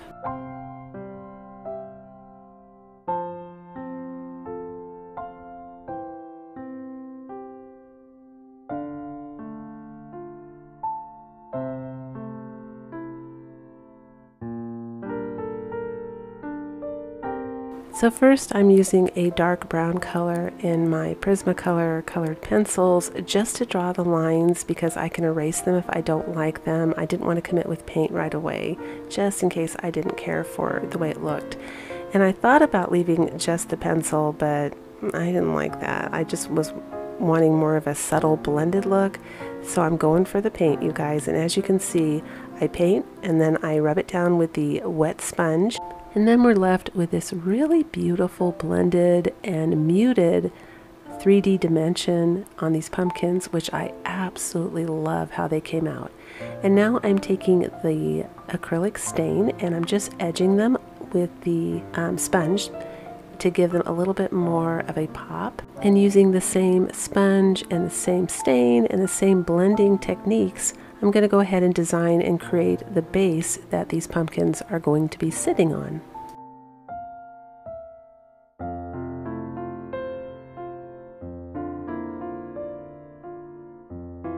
This is another printout that I designed and is also the second free printable in my description box if you want to do the same craft.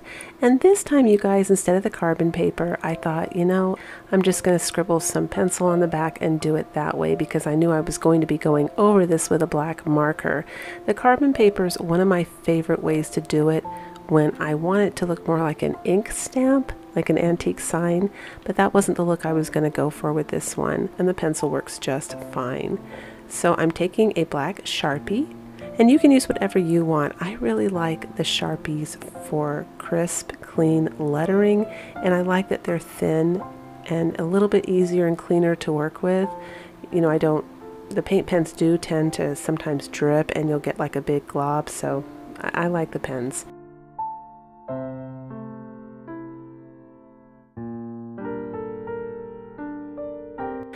And I'm taking those little Dollar Tree blocks and I'm just gluing them on the back because that's what's going to hold these guys up on top of their stand.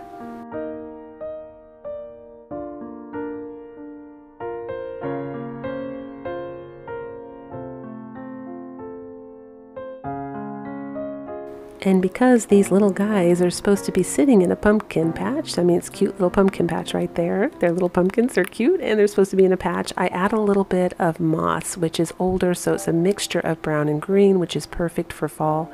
And I take some greenery that I got during spring that's a bit of a gray green, add it on either side.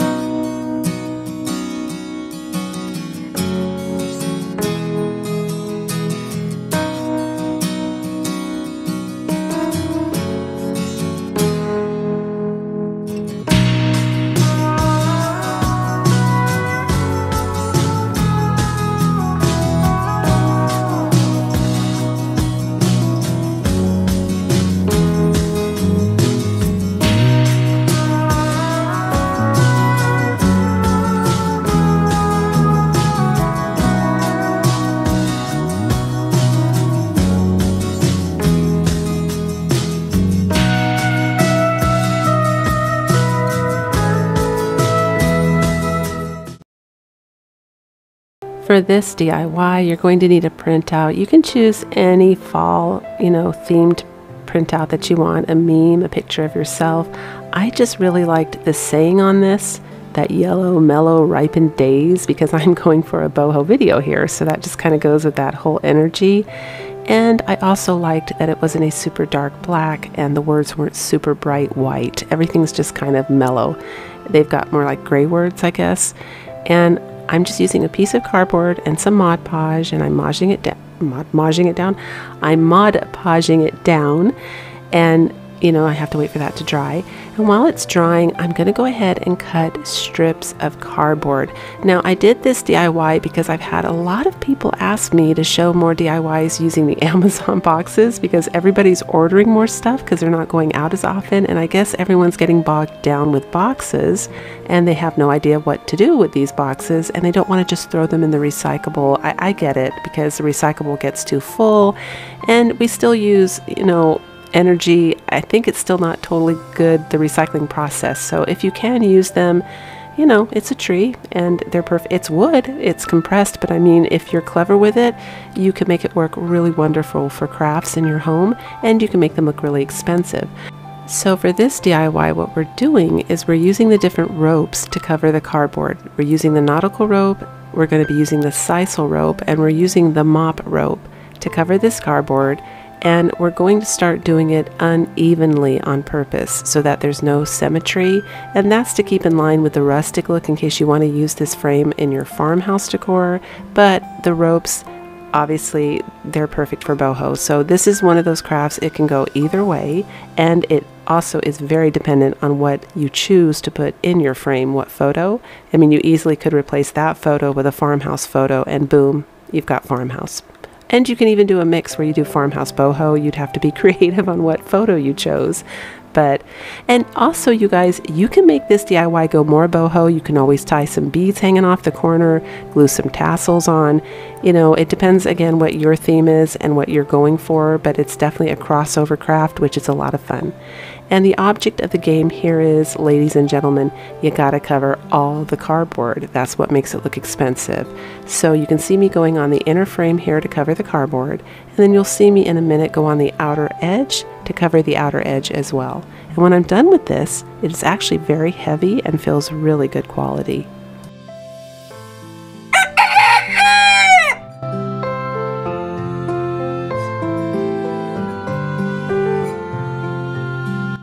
So we're going to start by cutting some more cardboard to make a nice little back for this DIY so it looks nice and finished. And of course it adds more weight and that makes it feel more expensive. And it helps it stand better because in a minute we're also going to be making a stand. So when the photo's nice and heavy and weighted, you know, W-E-I-G-H-T-E-D, weighted down, it's going to stand much nicer and more secure as well. And here I'm taking that strand of beads that I did not end up tying around those pumpkins, and I decide they are a perfect accent for this frame. I mean, that really just set it off. And again, this can be farmhouse. So here I'm just showing you how I took the other piece of cardboard and I'm bending it, and I'm going to glue it on the back there to create the stand, and then I'm going to glue another little piece to the bottom of that to separate it from the back frame so that it stands up on its own, and it ends up working brilliantly. Now the only recommendation I would have for this craft is when I glued the photo down and the Mod Podge dried, I had those little lines from the cardboard in there, which if you don't like it, just glue yours on top of poster board first and then down on top of the cardboard. It didn't bother me because quite frankly it made it look more rustic, and it went with the frame because the frame is a bunch of little lines. So the whole thing in real life is actually very striking and really, really pretty, and I'm really pleased with how it came out. This came out really nice. From the side you can't tell it's cardboard. It's super heavy, 10 inches by 10 inches, and it really is the frame that's the DIY, you guys, because you can put any picture you want in it, but it's rugged, rustic, farmhouse boho or regular boho, really pretty fall craft.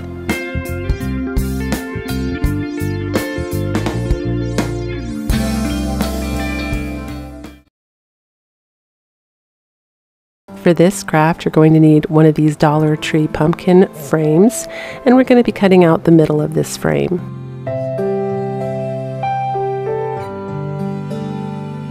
Once you have it cut out, you're going to be needing some kind of rope. Now I'm choosing this gray and white mop to wrap mine with, and the white mop.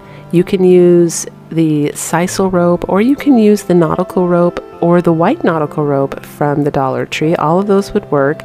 And again, it depends on what theme you're going for, whether you're going for farmhouse, farmhouse boho, or just straight up boho. I'm focusing on straight up boho, and I think out of all those choices, the ropes I'm picking are probably the best one for that theme. Maybe the nautical rope would have worked. That one would work too, I think, but I was worried it might make it look a little too rustic farmhouse. But anyway, so you're just wrapping up the frame with this mop thread, and you're going to take the other mop and you're going to make a cute little stem out of it. Just cut it in little pieces here and glue it in separate pieces side by side, like you would kind of be doing like shiplap. You can see me doing it here. Definitely don't loop it back and forth. You want those jagged ends on the top and the bottom because that adds to the illusion of it being a stem, and it just makes it look super, super cute. So after you're done, you've got your little stem there. And then I designed this craft with the idea that it would take the place of the macrame wall hangings that we see so much at boho homes. But this one's going to obviously have the cute theme of fall or Halloween or whatever you want, but still keep the energy of the boho decor. So you're going to be taking 3 strands of the white mop thread, and you're going to be gluing them on either side, as you see me doing there. Once your strands have dried, you're going to start braiding them gently on both sides. So you're going to braid it like you see me doing there, and then you're going to braid the other one on the other side as well.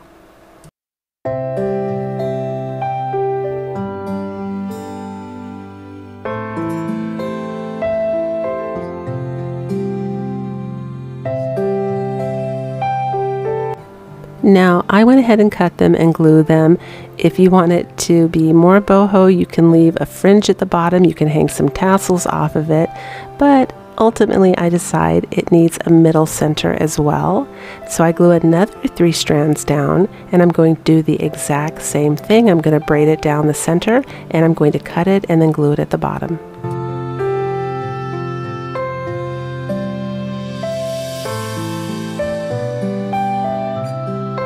And that's what you're left with. And here I'm showing you some acorn heads that are together, and I saved a couple of those because I thought they would make such awesome embellishment for fall, and definitely for any kind of rustic type thing or a natural type thing where you're trying to get back to nature, which is very boho.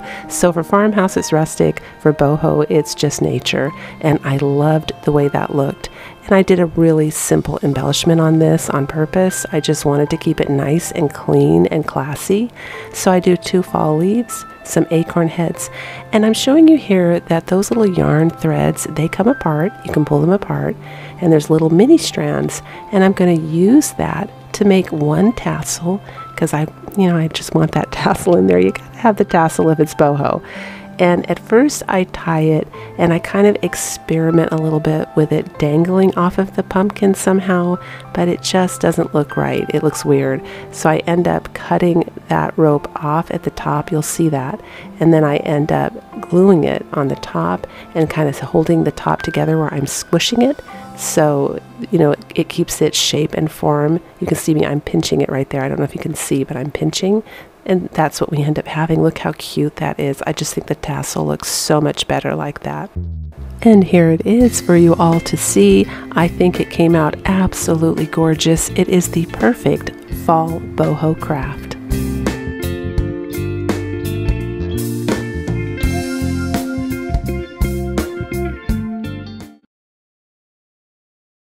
This next craft is such a fun DIY, you guys, for fall, because it's a great way to get rid of your beaten up pumpkins that you don't know what to do with, but you don't want to, throw them away. It's a great way to recycle them. And this craft is also a great crossover craft. It can be farmhouse or it can be boho.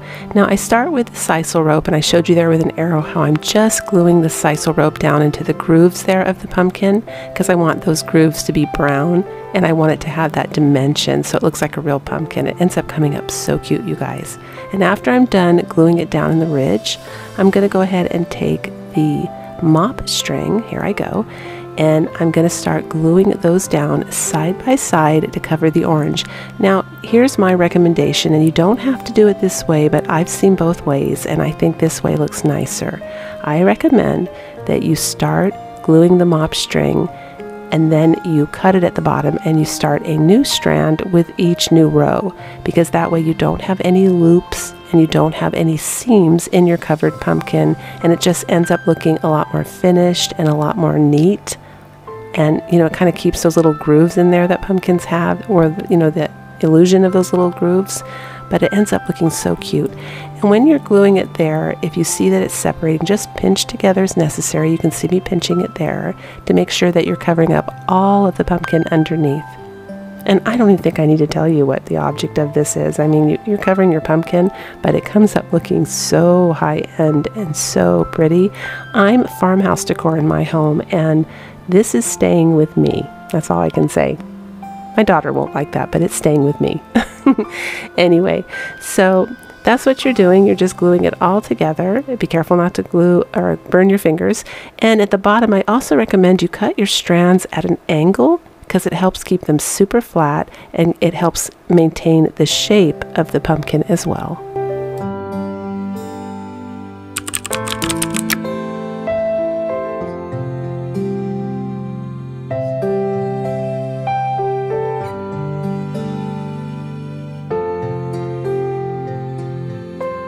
I decide to use a cinnamon stick for the stem here. Now when I go to cut the cinnamon stick, it crumbles, and I think a lot of you probably have encountered this, and it's frustrating. I even tried twice, but here's the trick, and I'll show you because you can still use a crumbled cinnamon stick, so don't give up. You just take those little pieces. In fact, in some ways it looks kind of better because it's very rugged. You just take those little pieces and you're going to glue them all together with a bit inside. You know, you first put a lot of glue, and you saw me there grab that little cinnamon stick and scoop up the dripping hot glue. And you're just going to put little globs of hot glue, and you're going to glue the little individual sticks down until you get one whole stem. And then I'll show you the trick you do here in a minute on how you keep those all together so it's nice and sturdy. There it is, ladies and gents. You just squirt some hot glue down the center, and then that stem is on there for good, and it's just as sturdy as a cinnamon stick that didn't break to begin with, and it makes an absolutely beautiful stem on a faux pumpkin. Plus you get that pretty smell of cinnamon, which is, you know, very seasonal too. I love that. And since we're going boho here, now I'm farmhouse, but I still love the tassels. I'm adding on some nice cinnamon colored yarn. I made a tassel out of that color because I thought that looked so pretty. And I'm adding some little twine tassels and twine bow. You know, you can do whatever embellishments you want. This is just the look I'm going for. And I just think it came out so, so cute.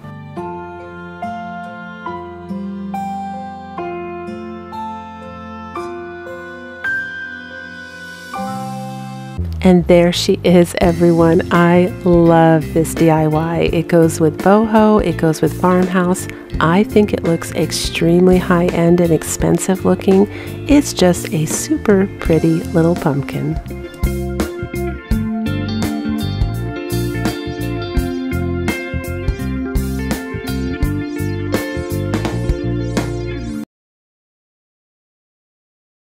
For this craft, you're going to need the Dollar Tree Be Brave calendar, some mop thread, 3D wreath form, some more mop thread, and a stove cover which you will spray paint black.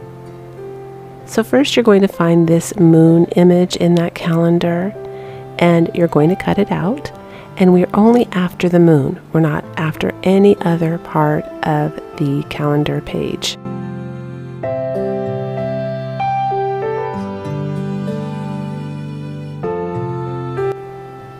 And what you see me pointing out here is a little piece you're going to need to cut out so we can glue it where that hole is, so the hole's not so evident when you use it as your little decor piece here. And I'm just going to cut that out in a circle. And we're taking our black painted stovetop cover. We're going to be putting the moon in the middle, and we're going to be Mod Podging that down onto the surface of the stove cover like you see me doing here.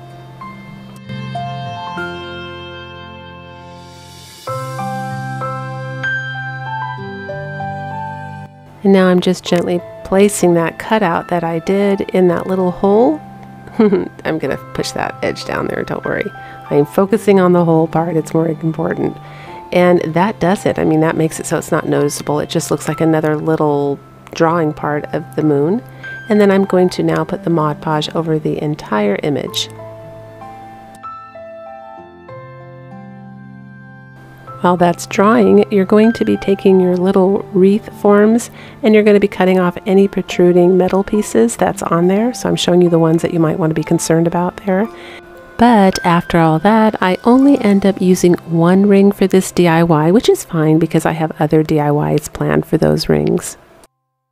And here I just made a printable of Harvest Moon. Oh my gosh, you guys, when I had this idea, I was so excited. This is so boho fall, and it just came out beautiful. Now that printable will be available down below in my description box. You can go ahead and click the link and it will take you to that printable and you can print it up. But here I'm taking chalk, just coloring the back of it here. That's how I'm going to transfer it onto the black surface, and chalk works great for that. And I did end up cutting it because I needed it at more of a curve around the moon than I could get on my Word program. I mean, it was curving a little bit, but I wanted it more when I ended up laying it down. So feel free to cut it in half too if you need to make it curve more. It's totally up to you and what look you're going for. And I'm taking a really sharp pencil here, just tracing the words out, and there you have it. You have a transfer. Now I'm using my chalk pen and I'm just going over the words. And I decide that it's not bright enough white. I really want it to glow because the moon is kind of glowing. So I do end up going over the words with white paint as well.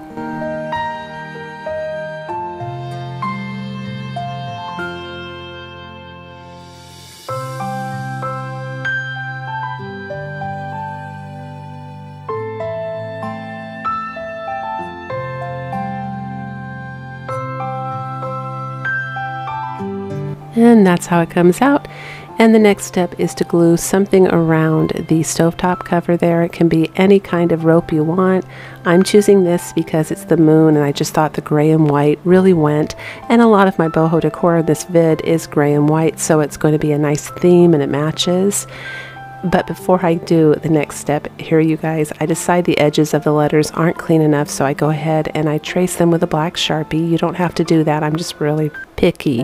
Now here you're going to take your rope and glue it in the center, and then you're going to loop it under that ring, glue it in the center again, and you're going to keep doing that all the way around. You can see me looping it through, and then I'm going to pull it up and glue it again. And it's going to look something like that. And then you're going to end up with it like that, where it holds that in, and we have that nice celestial Saturn ring, which is perfect for the Harvest Moon DIY. So here we're using our other mop, and I'm going to show you again how to get it out this time. This one's a little bit different than the mop on the pole. So it's the same principle. You just take some strong cutters like that, and you just keep pulling and cutting, and then it will snap off. And you just need to get one side open and you twist it sideways, and then you can pull all those little yarn threads out. And so anyway, that's how you do that.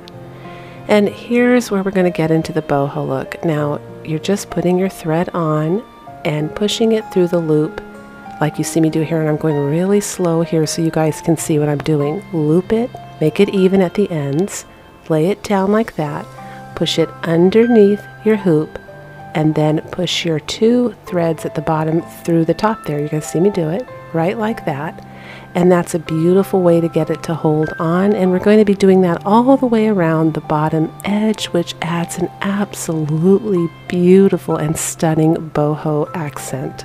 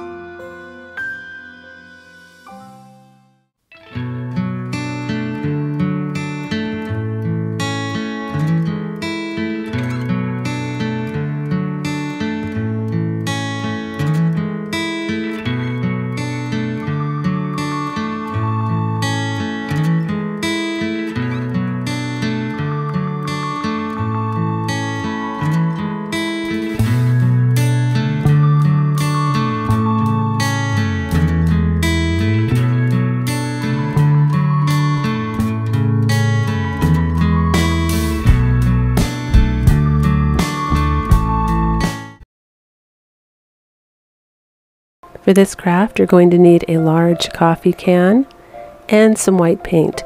I'm using white primer by Kilz, K-I-L-Z, because I really wanted my white paint to stick on the metal and not come off, and I wasn't planning on distressing it too much, so that's what I went with. But you could probably get away with using chalk paint as well, because I do end up sealing it at the end with Mod Podge.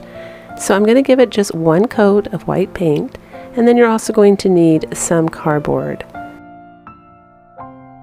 I'm using the lid to trace out I do a total of 4 circles altogether, and that's because I'm making a lid for this and I want it to look pretty thick. I'm making a faux wood, lid. I know you can get the little Walmart wooden disc, but I think those are a little too thin. When you see them at the stores, at least what I'm making, when you see them at the stores, the lids are usually pretty thick. They're close to 1/2 inch thick in height, and I think that's part of the charm. So even if I had gotten the wooden circle, I probably would have ended up gluing about 3 or 4 pieces of cardboard on the bottom of that anyway, and then put the spackling around the edge and still made it a thicker lid, just because I think that looks really cute when it's on the kitchen counter. So all you do then is you just glue your 4 pieces of cardboard together.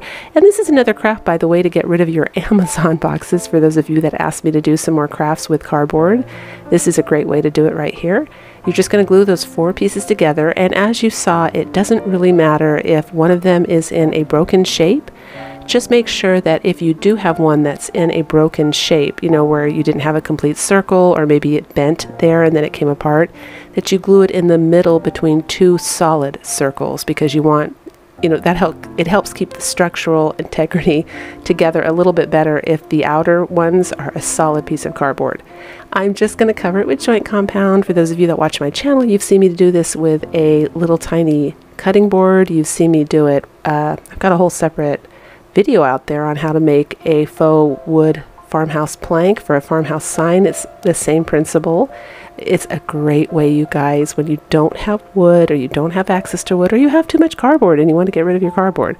It's a great way to get a really beautiful faux wood piece in any shape you want. And another thing I really like when you do this technique is by the time you glue all of your pieces of cardboard together and you put your joint compound or your spackling on the top and the bottom and the sides, you end up with a really nice weight. It's not too light. It doesn't just blow away when someone walks by it. It lays flush down on a flat surface so it can work as a lid. You end up with something that feels good quality and looks good quality. So it's a great fake. And I'll tell you, I have been doing this for over 20 years with all kinds of things, and it is a great way to make it by faking it. I'll tell you, and it costs pennies. So I blew dry it this time, and it dries good enough for you to flip it over, do the other side, and finish the sides. And you're going to see me here untape it a minute off of that tile. It's just on wax paper, and I will put it on another surface so that it can dry while I finish the rest of the craft. And here's my printable. It's a free printable down below. You just click that link and it will take you to the printable. You can print it on up. And I'm just measuring now for the shape of the coffee can so that, it'll fit.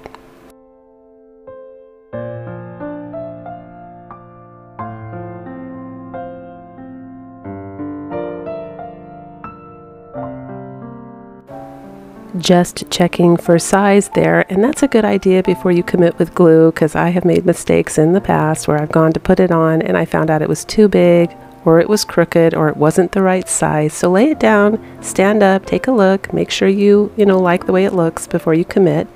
And I use just regular old school glue. I've seen some crafters use spray adhesive. You can use whatever you want to stick it down. I'm working in a room without a lot of ventilation. I don't have the windows open, so I kind of avoid things that I breathe in, anything airborne like sprays. But I know spray adhesive works really well, as well as school glue. But honestly, you guys, I don't know, maybe I should have told you this many videos ago, but when you're gluing things down, it doesn't really matter what you glue it down with, as long as you seal it with the Mod Podge, because the Mod Podge is going to hold it down anyway. So if you want to save some money, or if you find another adhesive works better, go ahead and use that. It's just fine. So here I'm taking my favorite water-based acrylic stain. It's odorless. I really like this stuff a lot. It's kind of taking the place of the Waverly antique wax or any brand antique wax to make faux wood, and especially on joint compound or spackling or smooth surface like that. It's doing just a stand-up brilliant job of creating faux wood grain. Really beautiful. You can see it here. And now I'm just taking some super glue gel and I'm gluing down a wine cork, which I purposely cut at a little bit of an angle and stained as well to match.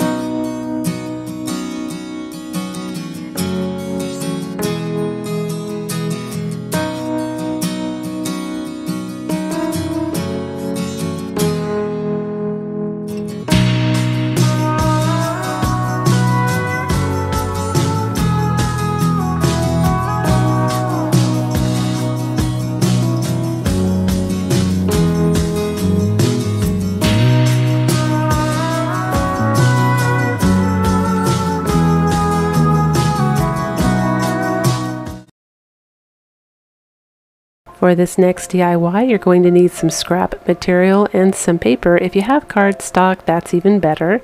I have an inkjet printer, and I'm going to put this material through. Now you can see how I'm taping it there.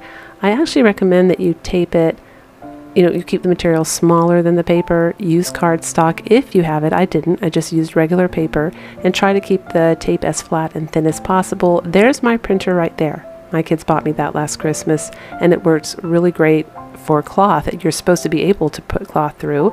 I'd never tried it, but look what I did. Yep, I got so excited. I did Christmas and fall so that I would have a two-sided pillow so that I could just flip it over. Now, I'm aiming here just to make little small mini pillows to fill up the DIY number 4 that's coming up. I just want to be able to fill things inside baskets or crates and not have them take up a lot of space, but you could certainly make a bigger version of this if you wanted to. Originally, I glued this with hot glue and I turned it inside out, and I did not like the way the edges looked with the hot glue. So since I'm going for a rustic look, I decided to go ahead and, I pulled it apart, cut it a little bit smaller, and I decided it would look cute gluing it on the inside and leaving that jagged kind of fraying seam on the outside edge. And it did. All these pillows ended up looking so cute and farmhouse rustic. And don't forget to look for me on Instagram and Pinterest. For those of you that are new to my channel, I've got a really neat thing going on Pinterest. If you watch my videos and I inspire you to create and craft and you send me a photo, I will share it up on my Pinterest. I've got a separate board set aside just for that, and I'm happy to say that every day I get notifications that pins from that board are being shared to different boards. So it's working. The rest of the world is appreciating you, and it's a great way for us to keep in touch with each other and to see what each other are doing. So thank you to everyone who has participated. We've got a beautiful board going.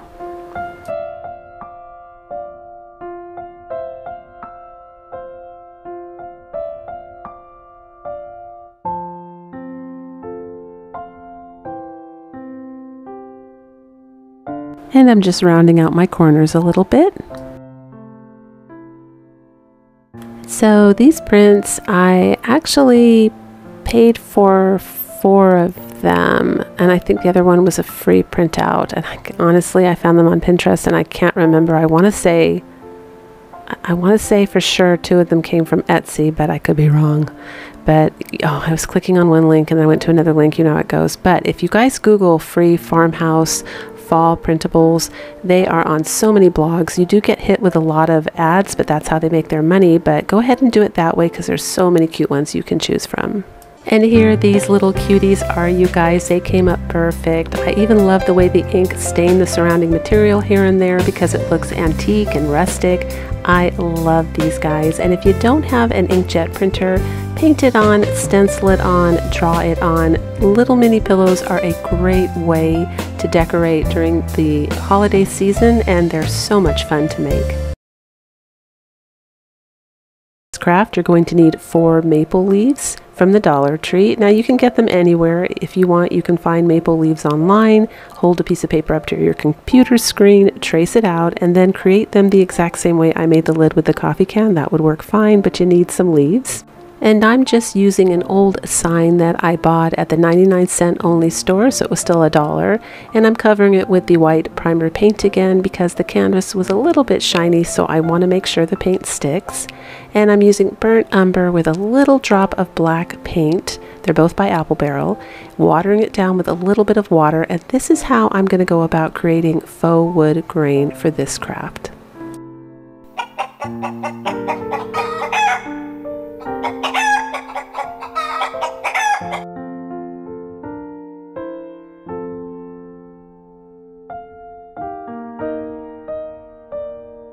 And just in case you didn't notice, I did paint those maple leaves white. And now I'm taking some burnt umber paint by Apple Barrel. No black in it, just burnt umber this time. And I'm going to go around and edge all of the leaves to make them a little bit more rustic and a little bit more, I don't know, to me this looks more woodsy, like a forest. And it adds a lot of dimension and it makes the maple leaf kind of pop a little bit. And I think that's going to be really, look at that. It is really, really pretty. So there's what you have when you're finished.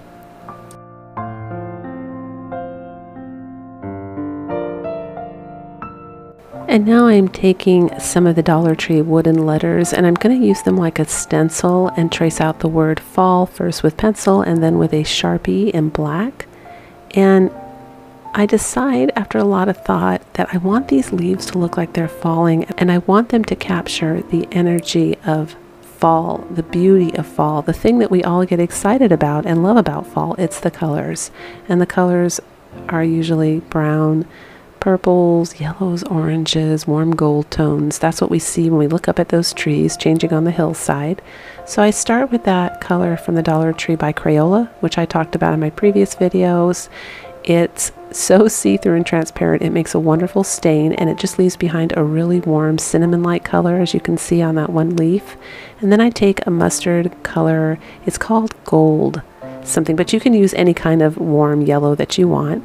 And I have a deep wine burgundy color, but it kind of comes out a little too pink. And don't worry about it, because we're going to be adding some warmth on top of these leaves. We're not done yet. This is just the base color. And now I'm doing orange for the letter F.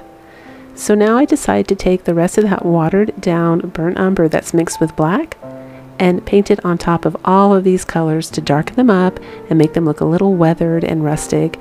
And really what my goal is here is to try to make them look more like a real leaf that you would see on the ground. It kind of has all those different like dirty brown spots in and stuff, and I know you guys know what I'm talking about. If you look at a leaf up close, that's what we're aiming for here.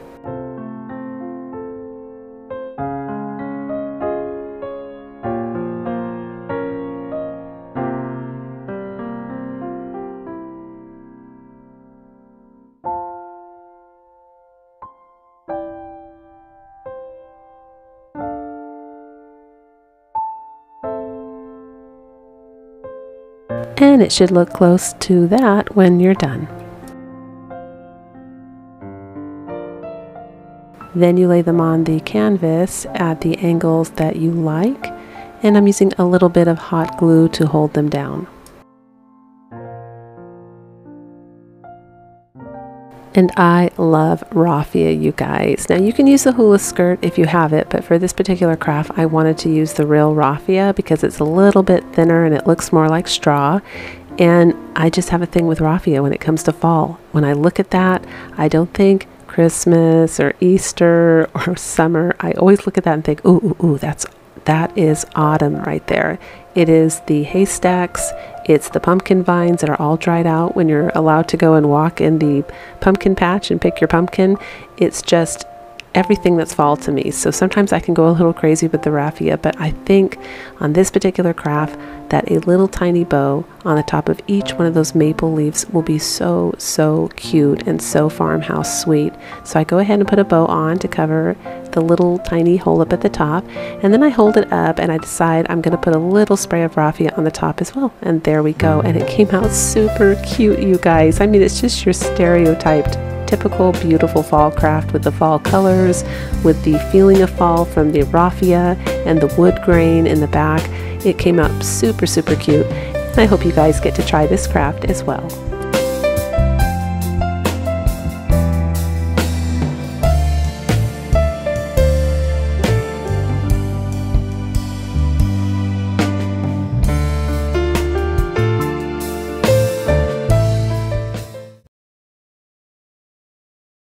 For this craft, you're going to need the burner cover set from the Dollar Tree, some sisal rope, or you can use the nautical rope from the Dollar Tree, some masking tape or duct tape, some shims or some painter sticks. And you're going to start by covering the top of the stove top cover with masking tape or duct tape or any kind of sticky tape. Just make sure it's sticky tape that sticks. And for those of you that watched my video where I made a farmhouse stool, this is when I got this idea, you guys. I was making the stool and I put the 4 legs on the stool. When I turned it upside down, I thought, gee, Holly, all you gotta do is just glue those little legs all the way around and you would end up with a super cute farmhouse bucket or an apple basket, or not an apple basket, sorry, an apple barrel. So there you have it. And I was waiting to do this craft for fall. So afterwards, I decide that I want my bottom not to look like tape. So I start with Territorial Beige by Apple Barrel. They're all Apple Barrel paints. Then I use khaki, and then I use a little antique parchment there just to kind of soften it up and make it look more woodsy, so that when you know, most of the time this bucket will have something in it, so it's not critical, but still I just wanted it to kind of blend in and look a little bit like it matched. I'm cutting these down to 9.5 inches. And I used 32 altogether. When you purchase them in a package from Home Depot, they're $4.98 and you get 42. And after you've covered it, painted it, you're happy with the way it looks, you're going to start by gluing your sisal rope, or put, whatever kind of cord that you want to use, but I'm using the sisal rope. You're going to start by gluing it on the bottom, and then you're going to do another row up for the second row, and then you're going to glue a third row up, and you're going to do a total of 4 rows all together, because what that does is it helps the shims, the wood shims, when you're hot gluing them, have more to stick to besides just that thin little bottom. The thin little bottom, I was trying it with just a thin bottom. It was proving to be a little problematic because there just wasn't enough, brace there. It kind of kept leaning back and wanting to fall back too far. So you do need to go up a little bit, and it adds a lot of charm when it's all done anyway, you guys. So if you decide to use shims, you're going to be gluing the thinner side of the shim downwards where the hot glue is. So the thicker side of the shim is up, and you're going to be gluing whatever you use in the shape of a cross like that in 4. And then in between each one of those 4, you're going to be gluing 3. So you can see me doing it here, and I'm going to show you in a minute the formation. Right there. Where the arrows are, those are what you glue down first, and then you're going to be doing 3 in between each one of those. So at this stage, right here, I'm gluing my last shim in. You should have 16 sticks now, all together. And make sure you're generous with the hot glue, you guys. I think I went through like 10 glue sticks here, and it's fine. It worked great, but you really got to hold it down. Now I'm using the Dollar Tree thin twine just for this part. Literally just to tie it, to squeeze it together, to get it to the size that I want. And then I'm going to be gluing the sisal rope over that. Don't worry, you guys can cut that small twine down even though it's hot glued, and it pulls right out. And if it doesn't, no one's going to see it anyway. Mine did. I cut it and it came right out. And once you get to that stage where you've got the middle sisal rope on, you're going to start putting your other 16 cuts of shims or painter sticks in between each one of those. So I'm going to show you here. I'm putting the hot glue up the edges, and then I'm going to take another shim and I'm going to glue that down. Now if you want a super permanent hardcore hold, use super glue gel or wood glue. I just was doing hot glue because I knew once I got the rope on it would be strong enough, and it is. But to be honest, I did have some trouble when I was turning the bucket with some of them coming apart, which if I had been more patient and I wasn't filming, I wouldn't have had that. So I'm filming, so I am limited, and I'm probably going to go back and squirt some super glue here and there just to make sure that it stays together. But there you have it. So here you're putting your last row of sisal rope on, and notice when I glued the first part, I only went halfway across that stick there because you're going to need the other half of the stick to glue the finished end on, so don't forget about that part. You don't want to cover that stick all the way. And I'm just going to go around the bucket now and glue. And last but not least, you're going to put a final row of sisal rope or cord, nautical rope, whatever you want. And you're doing this for the sole purpose of hiding the glue, because I did have to be very generous with the hot glue. There was glue showing at the base there where it met, and I didn't like that. And I didn't like the glue in between the rope either. So now I'm taking some burnt umber with a little bit of black paint, and I'm just covering the glue here and there. And it makes the bucket just look old and dirty and rustic, and it ends up working great. So don't worry about it if you have glue showing it here and there. Just touch it here and there with a little bit of that burnt umber, and bingo, you've got a beautiful rustic bucket.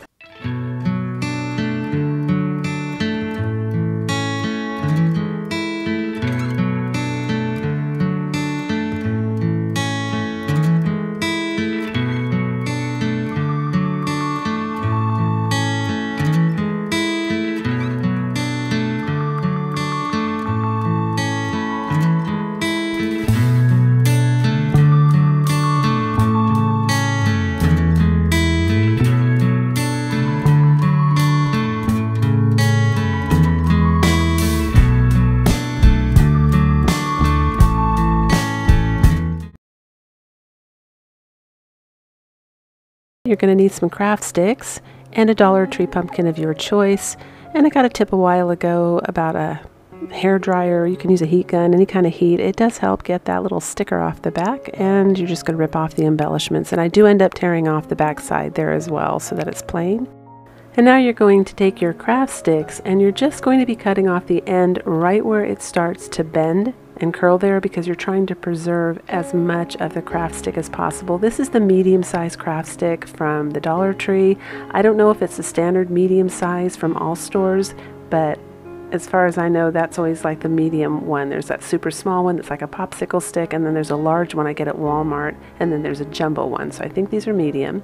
So I cut them all to cover this entire pumpkin. And as I'm gluing them down, and I'm just using wood glue and hot glue here, you can use whatever glue you want, I realize that there's going to be too much symmetry for it to have a rustic farmhouse look. So I decided to go and get my large craft sticks and use that because the contrast of the thin and the thick is what makes it look rustic. So you can see me doing that here. I'm cutting it. Now here is where I made my boo-boo, and I'm going to give you guys my tips to help you if you do this craft, and I do recommend you do it. It came out really beautiful. I didn't want to tear that bottom off. I just thought, no, it's on with a really strong epoxy adhesive. You know, I was just worried that if I tear it off, I won't be able to get it as strong. And I ended up having to tear off my last 3 sticks on both sides in order to cut them around that bend because my scissors kept hitting the bottom, you know, the base. It is better just to tear it off, to lay your craft sticks down, put some masking tape down to hold them, trace the shape of your pumpkin, and then cut your sticks. That would be the fastest, most efficient, and easiest way to do this craft. So I just wanted to pass what I learned on, but I got it done. It looked good. It was just, you know, a pain, and it took longer than it should have, but I was really, really happy with how it came out in the end, so it's all good. And there I'm tearing off the back. Like I said, I actually end up covering that with some brown paper. And I'm taking a little bit of sandpaper and just lightly sanding the front and the edges. Not too much though, because I actually like the edges jagged. I saw a palette pumpkin on Pinterest. It's probably a lot bigger than this one, but that was my inspiration, and it was really uneven around the edges, had light, like stained paint of different colors on it. So this is what I'm doing here. I'm literally just using watered down territorial beige, like watercolor, to bring out the wood grain so you can tell this is a wood pumpkin. Because without doing that, you can tell it's a wood pumpkin, but it's much more beautiful if you can see and highlight the grain. So this is my objective. So those 3 stripes are the territorial beige, and then this stripe here is watered down burnt umber. And then I'm going to go ahead and do the pewter gray watered down as well. Now I just leave those ones on the end that look kind of yellowish. I don't know why the film didn't pick that up, but I do hit that with light khaki from Apple Barrel, really light. But I think the combination of colors came out so beautiful. It came out exactly how I was envisioning it, so I was really, really pleased. And it's such an easy craft. And by the way, save the little bow that comes on this pumpkin, because I do end up using it again. Because when I hold this guy up, I look at him and I think, you're super cute. It's one of those crafts, less is more. I don't know if you guys have ever done that, where you just do a craft and it's beautiful in its simplicity. That it's just it looks like a kind of a barnyard little pumpkin that would be outside. And since I'm going farmhouse, that's exactly what I wanted. And I touched up the bottom there too with some burnt umber paint because it was chipped from the store. But here it is. I absolutely love this pumpkin. It's in my little farmhouse hutch right there. And it is a super, super cute DIY for fall.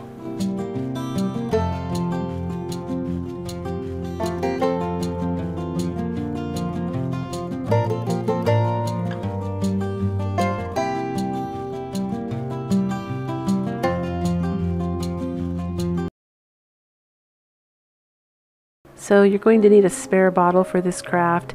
And again, I'm using my white primer by Kilz, K-I-L-Z, because I want to make sure it stays on. And I'm not looking for total non-see-through coverage here. It's okay if some of the bottle shows through. It's no big deal. It will add to the look. And most of this is going to be covered anyway. And I'm just giving it 1 coat of primer.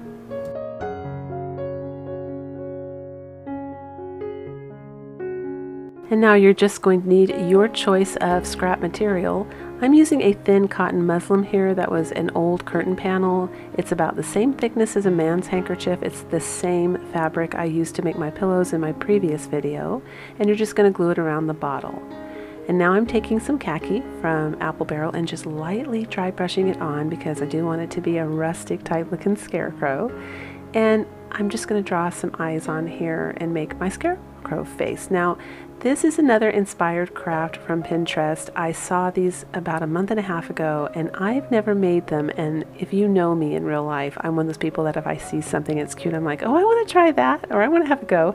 So I just wanted to have a go at it myself and see, you know, what I could do. And I thought it would be a really cute new addition to my fall decor because I've never done this before. It's actually on my mantle right now in my living room. It's super, super cute. But here I'm just going to draw a mouth and, you know, the scarecrow. I'm doing it a little bit different than the scarecrow I did out of the shims. We're going to make this scarecrow, I think, kind of more cutesy, maybe a little bit more feminine. It could be a girl scarecrow. But I just, oh, you guys, I was not sure about this craft. When I started it, I thought, I don't know if this is going to be a good craft, and it came up so, so cute in the end, so keep watching.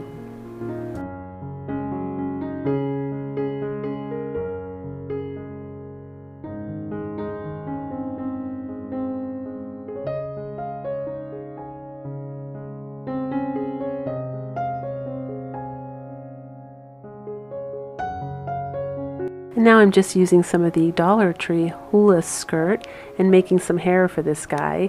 And I'm going to go crazy with the hair. I start off by just putting it in the front and I'm holding it up, kind of checking it out. You do have to do that with any craft as you're going. You kind of hold it up and see what you want and, you know, decide whether you're going to keep it or lose it. I do end up deciding that this scarecrow, part of what makes him or her so cute is I put hair all the way around. So I do recommend you do that if you make this craft and you have enough raffia or enough hula skirt that you put it all the way around so the hair goes in the back as well.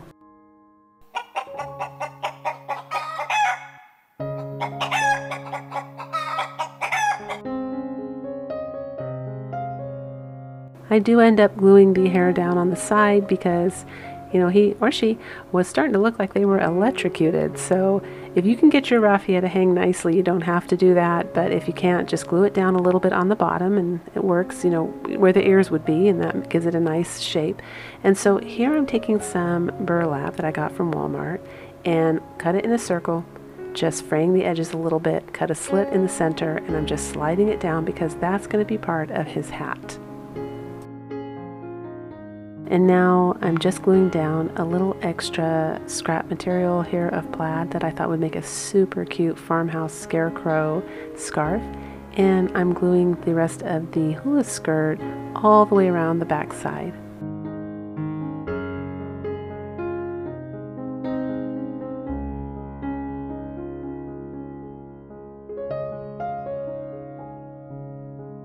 Now I'm using my good old favorite sisal rope here to make a hat. You can be creative here and do whatever you want for the top. This is just how I chose to finish it off because there's a lot of different versions on Pinterest, so I suggest you go there if you want some, you know, different ideas to kind of mull over.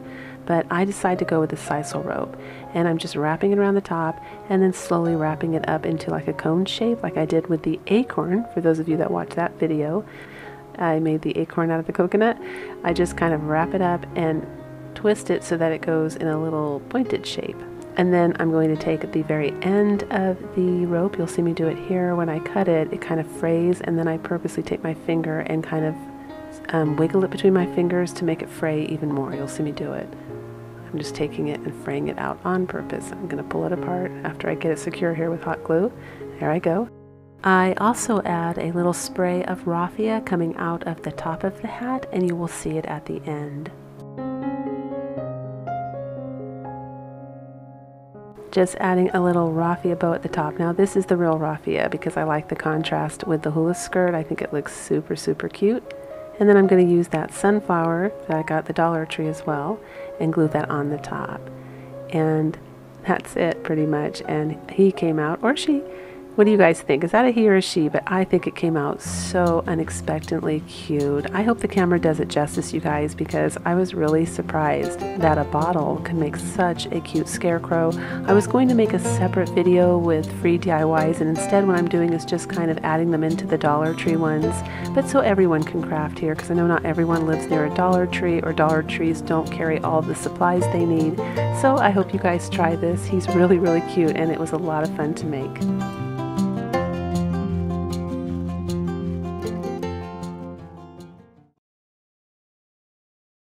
Now, here I'm showing you my dunnage blocks that I talk about, or I have talked about in previous videos quite a bit. This is free wood that you can get from Home Depot, Lowe's, or other lumber yards in your area. You should be able to get it unless they just want to throw it away, but it's used for this. Those are dunnage blocks right there. They carry in those big pallets of plywood, and they're not much good for resale. From what I understand, they throw them away and they set them off to be made into mulch, so that's good. I mean, they go back into the ground, but they also make amazing crafting wood. I mean, they make amazing stands, and you can do a lot of DIYs with them. I have a lot of DIYs that I've done so far and more coming up. So here we're making a fall one, and these are also kind of naturally rustic because they're beaten up as well. I mean, they use cheap wood for this because it's literally just meant to carry the wood. I'm doing a whitewash here, you guys, because as with everything else, I love wood and I want the grain to show, even if it's beaten up. In fact, for this craft, if it's more beaten up, it's fine. But again, I love the rustic farmhouse for that reason, you guys, because anything goes. The more beaten up, the prettier it looks, and the more it goes with the theme of your home. So here I'm just doing the whitewash, and I'm taking a wine cork and I'm stamping little orange polka dots on this one. And then the next one, I have to figure out how to do polka dots, and I'm a little challenged here because I don't have any round stickers, so I've got to get creative. So I use some thinly sliced wine corks that I cut for a previous DIY, and I'm just sticking them on to the wood with like a tiny drop of hot glue. I mean, almost nothing. So when I pull them off, it doesn't leave any glue behind and it doesn't damage the paint at all. But this is the only way I can think to get, and that wasn't enough, it actually fell off. But this is the only way I can think to get perfect little circles and still have the circles be a whitewash and not like super thick white paint. So, you know, this is the way we're going for it. And I'm just going to take that orange paint. It's from Crayola from the Dollar Tree, and it's nice and light like a stain. And I'm just going to sponge it on all around the wine corks.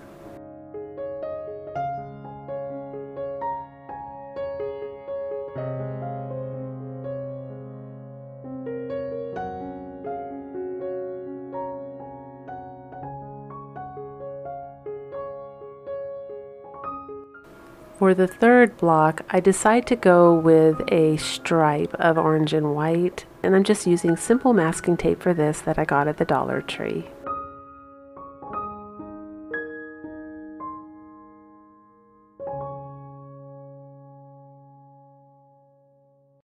And it works perfectly.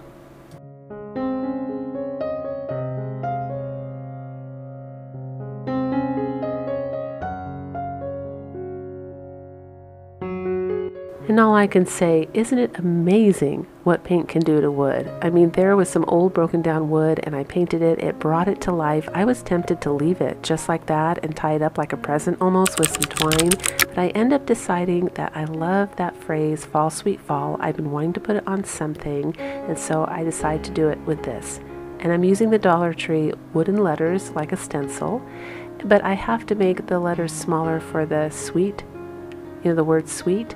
So I'm just taking this little Dollar Tree stencil here and I'm doing the W-E-E with the small stencil, and I go back and erase the small S and T and make it bigger because when I held it up, it looked weird. It just didn't tie in. The middle one definitely needed some letters from the other letters just so it looked like it was a matching set. And I'm taking my brown Sharpie, tracing the letters, and now I'm taking my favorite, you guys, burnt umber with a little drop of black paint, super watered down so that it's like a watercolor because I don't want to cover up those pretty designs, you know, the polka dots and the stripes that I did, but I do want the words to stand out so you can see the phrase. Look how pretty that is. It actually looks like wood grain, the way that when you do it like this, it soaks into the wood and it looks just like little wood grain, and it's still see-through. Came out totally cute. So I'm going to tie some of the hula skirt at the top there, just do some embellishments and glue some berries and leaves and flowers, all autumn decor from the Dollar Tree. And now I'm gluing the 3 dunnage block pieces together so that it will stand on its own. And there it is. And I do paint the top of those white, you guys, off camera. I didn't notice that till I actually watched the video and I went, oop, but I love this. It's a totally cute, rustic, fall decor piece, and it goes perfectly if you have farmhouse decor in your home. And honestly, I think fall is a rustic holiday. We go to pumpkin patches, we go to farms, and it just kind of goes with the theme of the holiday. So even if your house isn't rustic, it's one of the holidays where you can definitely bring in rustic decor. So this is a free DIY, you can't beat that, and it was a lot of fun to make.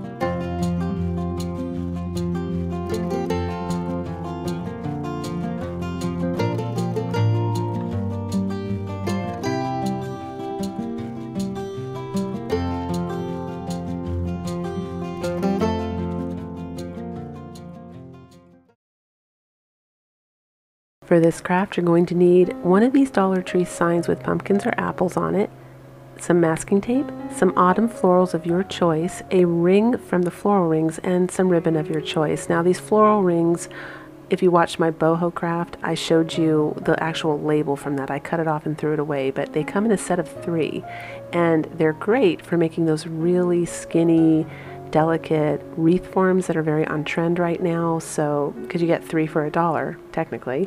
So here I am, you can see what I'm doing. I turned the sign upside down and I'm putting a bunch of hot glue on, and I put some masking tape on the bottom just to give it a little bit more width, because we're going to be gluing some poster board down there as well, so our florals have something to stick on. But first, while the glue is still hot, apply some masking tape down where the hot glue is. I've talked about this in previous videos. I don't know what it is about masking tape. It's paper. You know, I think it works with duct tape too, or it could be that just duct tape is super sticky on its own, but the masking tape almost melts into the hot glue and solders together with whatever it is that you're gluing together.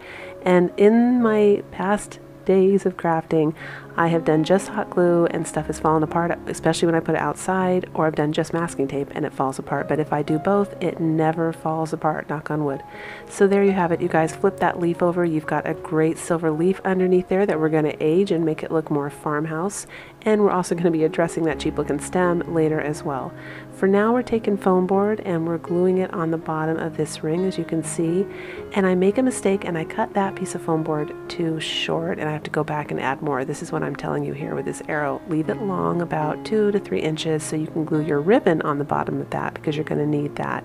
These little thin wreaths that are very popular don't have a whole lot of, area to stick things on. You have to create it. And I was really excited to do this DIY because I wanted to show you that you don't need to significantly alter every single Dollar Tree sign. Some of them are super cute and they just need some small modifications. If you're into farmhouse decor anyway, they just need some small little changes to make them look more high-end, and they are just beautiful just the way they are. So here I'm gluing on that longer piece, and I'm just reminding you to leave it long. And I'm taking some of the Dollar Tree burlap ribbon in orange and in tan, and I'm just pinching them together in loops and making a bow for the bottom of this wreath. And I'm going to tie it in the center with wire. You can use a pipe cleaner, you can use extra ribbon, you can use whatever you want. Just tie that together in the middle. This is how I've been making bows for years, but if you have another bow you want to do, that's fine too. And you press it down, glue it on. And also, the other ribbon I'm going to use in a minute here is this lace ribbon and that plaid one to my side there. I love that lace ribbon, you guys. That is new, at least I've never seen it before at my Dollar Tree, and it's great for farmhouse, French country, shabby chic. I mean, that goes with so many different themes. So if you see that in your Dollar Tree, make sure you pick some up because it's super, super cute. There it is right there. And I just dovetail those ribbons to give them a nice end, and for the smaller ribbon I'm just cutting them up at an angle. So now I'm taking Territorial Beige from Apple Barrel Paint, and I'm going to cover up this stem, and while it dries I'm going to take care of the leaf there. We're going to start the process of aging it.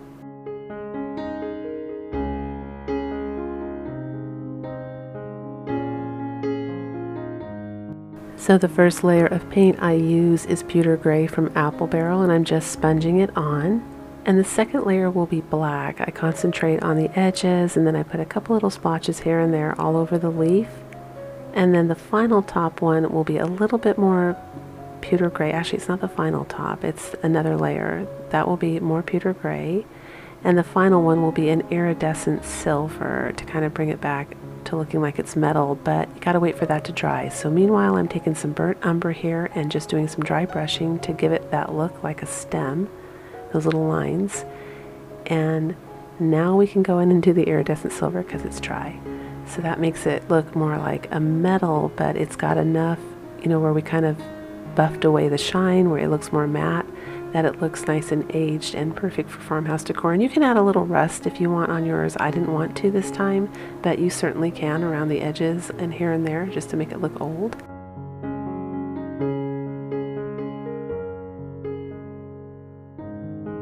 And of course, in my DIYs, we have to have some raffia, so I'm adding a little raffia bow near the leaf, and I am taking some sharp tweezers and scratching some grooves into that stem to give it a high-end 3D look.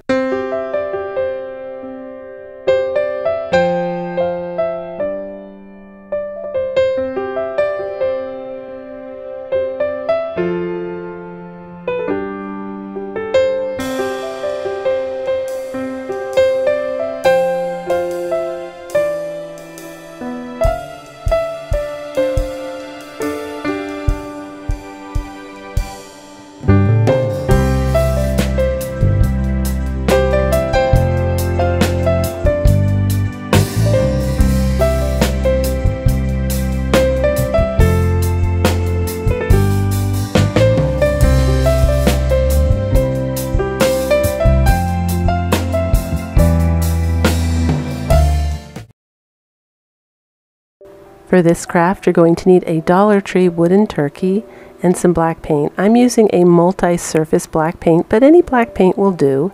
And I'm just starting off by painting my turkey all black. In a minute here, there's going to be a free printable for you coming up. That's below in my description box. If you're on a computer, click See More and a drop-down menu will appear. If you're on a cell phone or a tablet like an iPad, there's a little gray arrow in the upper right-hand corner. Just tap on that and the drop-down menu will appear. I'm priming this turkey by rubbing chalk all over it, and the first time I heard of that method, priming the chalkboard, was from Megan at Glue Guns and Roses. Now, I had never heard of it, but it looked good and she sounded like she knew what she was talking about. So that's what we're doing. I'm guessing it's because if you make a mistake and you erase, it doesn't stick out like a sore thumb. I could be totally wrong on that. Let me know below in the comments. But this is what we're doing. And I thought this time it would be a lot of fun to actually use chalk on this. It looks really rustic and really farmhouse, and it allows me to change this craft up next year if I want to and do a completely different design. I can repaint it, I can do whatever I want, and you guys count your pennies, your dollars will count themselves.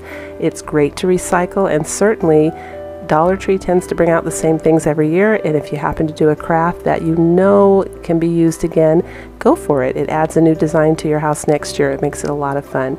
Also, a tip, you can erase chalk with a regular old pencil eraser to get those really clean, crisp lines that you see right here, and that's nice to know.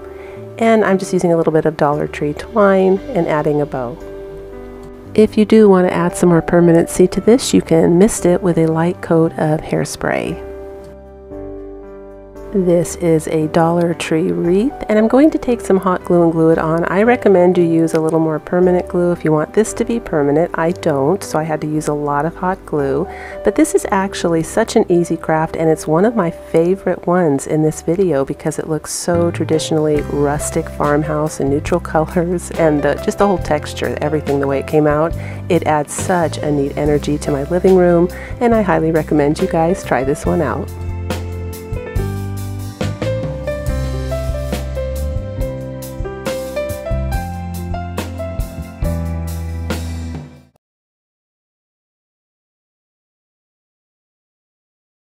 Found this fall sign that was a little beaten up at the Goodwill. It was $1.99 originally. It was 50% off day, so I got it for $1. You can't beat that.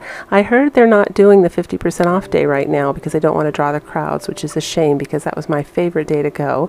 Admittedly, I haven't been thrifting for a long time here. If I do hit the thrift stores, it's probably going to be the smaller thrift stores, like the senior citizen ones and the ones for animals. And you know what? I should do that anyway. You patronize the smaller businesses, a lot of times they are raising money for really good causes, and you can find really, really good deals in there as well. So here I am scraping off the paint with the Dollar Tree razor there. It's kind of that hard, crunchy kind, so it took me some time, but I got it off. And now I'm using the primer by Kilz, K-I-L-Z, and I'm going to paint the entire thing white. I've really been liking the primer. I bought it for a house project and I wasn't using it, and I thought this is going to get old and dry up, I should use it, and it's performing close to chalk paint as far as coverage and transparency. I'm really impressed, and of course it kind of performs like chalk paint with regards to not needing primer because it is primer, and you can tint it any color you want, and I think I only paid like $22 for a gallon. I don't know how, I would have to figure out how many ounces are in a gallon to know whether or not that would be cheaper than the 50 cents apple barrel paint for 2 ounces, but still, it's just convenient. There's a lot there. I need to use it, and I'm really pleased with it. So I just thought I'd let you guys know, if you have extra primer in your house somewhere that you're thinking you can't use, it does work really well for craft paint. So here I'm taking the Crayola brand paint that you can get at the Dollar Tree. I've talked about it in previous videos. It's really slippery and kind of performs more like a stain than a paint because it's semi-transparent, and you can, it's see-through, so it just looks like a stain, but that's exactly what I want. However, it's a little too bright orange for me, so now I'm taking the burnt umber from apple barrel paint and I'm just dry brushing over it to tone it down a little bit and make it look more rustic. Just hitting the edge a little bit here with the burnt umber as well to make it look old and rustic. In fact, all of the distressing and dry brushing on this particular craft is going to be done with the burnt umber by apple barrel paint. For those of you that remember the Fowler Farms apple cider craft I did, I used a summer jug sign, like a little Dollar Tree sign that was a jug, and I tore a strawberry off. I'm going to use that strawberry now and turn it into something for fall.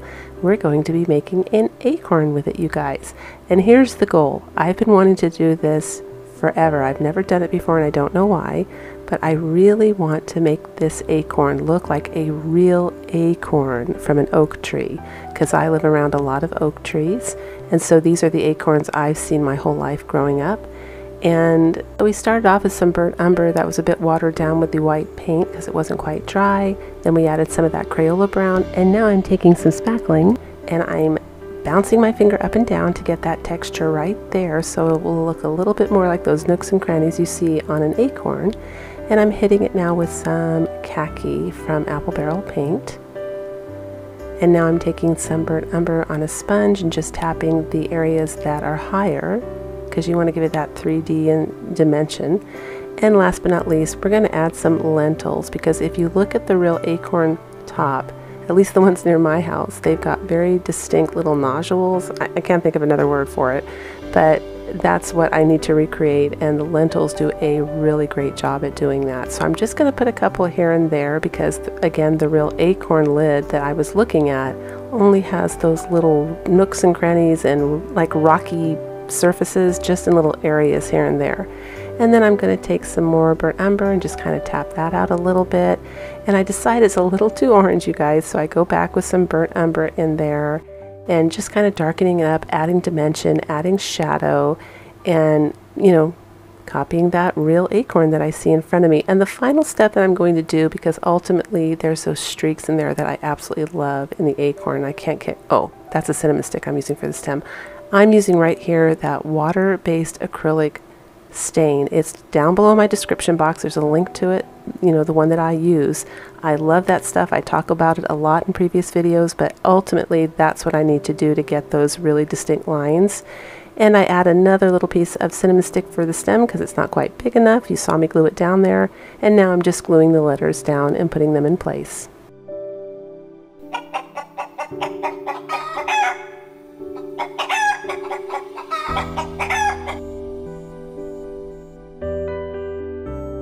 And lastly, a little bow of raffia on the stem of the acorn. I'm just trimming it there.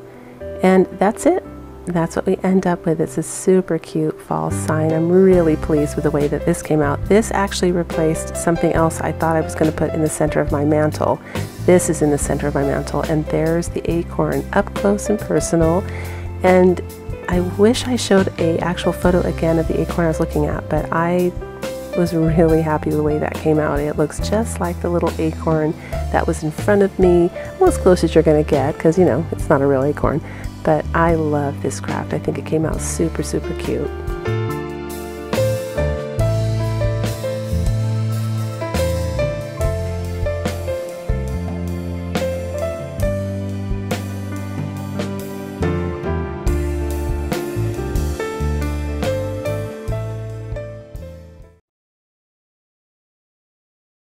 For this next craft, you're going to need some toilet paper rolls or something similar and some material. Now this was something I saw on Pinterest and I almost didn't put it in here, you guys. I was just going to do 3 DIYs, but I thought, Holly, you should just make it and film it because there's always some people that didn't know about this and they will appreciate it. Because when I saw it, I thought it was great and I didn't know you could do this. And I literally got rid of a bunch of my pumpkins. I gave them to my daughter because I was storing too many, and this is going to allow me now to really cut down on my boxes and have nice big round pumpkins every year and a variety look as well without the commitment of having to store them in a box, because I'm going to just take my cloth off of it, fold it up. There's literally no glue in this. Or at least not, I mean, I used a drop, I think, to hold on some leaves here. You can just pick that off. But this is a fantastic space-saving craft because you can take it apart and put it all away like you never made it at all, and you can't beat that. So I was absolutely thrilled when I saw these. I thought they were genius. I think they may have even been around last year. I'm not sure. I didn't come across them. That's why I'm making them in front of you instead of just making them by myself, just in case there's other people who also didn't come across this craft on Pinterest. Now you saw me use a wood stick there. That was a little piece from a bunk bed that I took apart. I knew it would make a perfect stem. I have like 8 of those. And here are some, I don't want to say scrap leaves, I guess leftover leaves from florals that I cut the top off for another craft. I always save my leaves to use them for other crafts. Now after I put this together, I realized it didn't quite look pumpkinish enough. It was missing those grooves and those little indentations that kind of make the pumpkin bubble out in areas. I know you guys know what I'm talking about, because we paint them on, those little lines. The pumpkins aren't completely flat. They have those little areas around them from lines and grooves that make them look distinctly like a pumpkin. So my solution to this was just to take my Walmart twine and glue it at the bottom with a little bit of hot glue and make this formation here.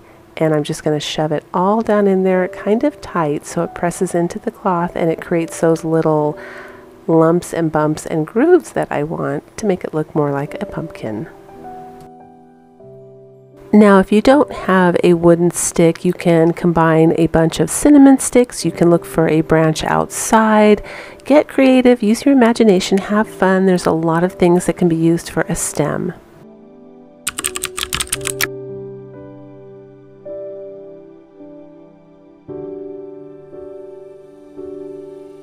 Now you certainly can tie your leaves on or just tuck them down with the stem if they're really long. I'm using just a little tiny bit of hot glue to hold them in place because it's going to be easy to remove, and that's how that one looks there. Now I'm using flannel. This was a baby blanket from the Dollar Tree last year, and the buffalo plaid is still really on trend, so I thought I'd have, you know, a little buffalo check pumpkin here. And also keep in mind, you can see I'm struggling to get the stem down in the middle. The thicker the material, the tighter your stem's going to fit in the center, so just keep that in mind. And of course I wanted the neutral cream colored pumpkin too.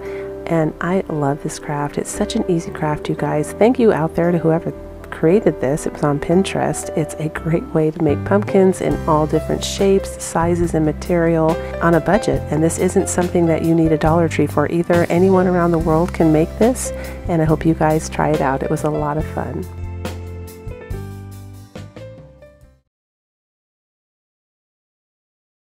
For those of you that have been following me here on YouTube, you know I love my free wood. There's those dunnage blocks you can get at Home Depot, Lowe's, or a lumber yard if they don't throw them out, and they're usually very happy to give them to you. On my previous video, we were lucky enough to have a gal come on that works for Lowe's, and she leaves more information in her comment how to go about getting this wood. And I pinned that comment at the top of that thread, you guys. So it's a video right before this one. If you want to go back and just glance at that comment, you may get some more tips about how you go about getting this free wood. And today, we're going to be making a crate with it.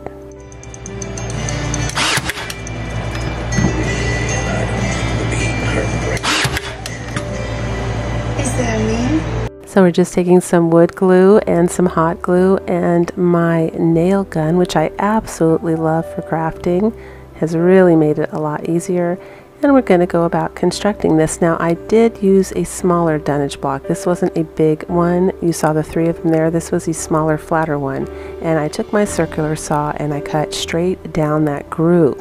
Now that makes the backside a little uneven. It's got some grooves, but I think that makes it look all the more farmhouse rustic, so I'm all good. That's what I love about farmhouse decor. The more rustic and imperfect it is, well, the more authentic farmhouse it looks. And this is what we have when we're all done.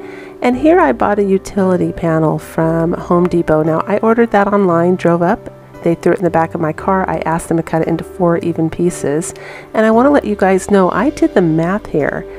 And you can get about 41 Dollar Tree signs out of here if they are the long rectangle ones, and about 35 to 36 of the square ones. Now if you got the specialty signs that are a mug or a pumpkin, etc., that's different.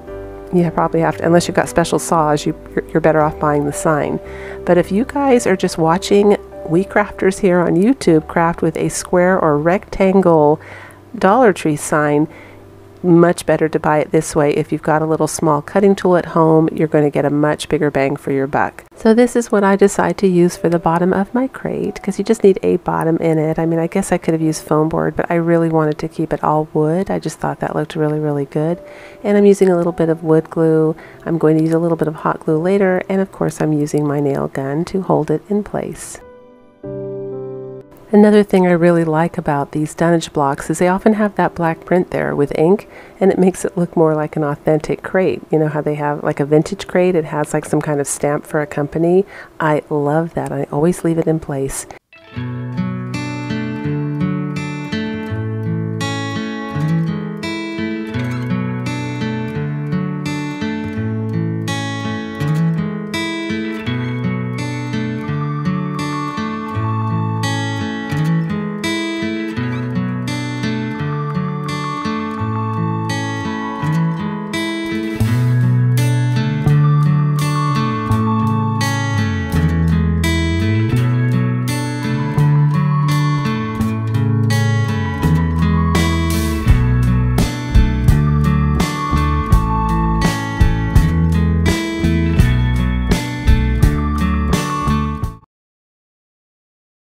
I'm using a Dollar Tree frame here, and I don't know why, I guess the video wasn't recording when I tore out the first part of it, but it's that one that has that little center thing in that swings. I just tore it out, and now I'm sponging on some white primer from Kilz, K-I-L-Z, and that just is my to-go-to paint right now because it sticks really, really well, and I'm painting it white so that I can stain it to look like faux wood.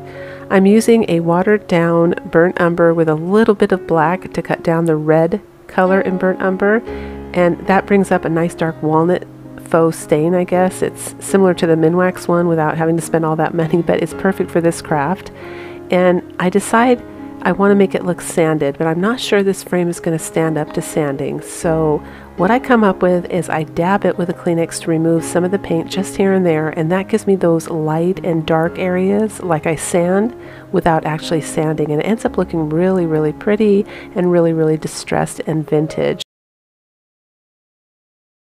And now I just want to make the stem, you know, stand out a little bit more, look like a stem, but I don't want it to be drastically different. I definitely want this to be just a subtle, you know, difference so it looks like a stem there.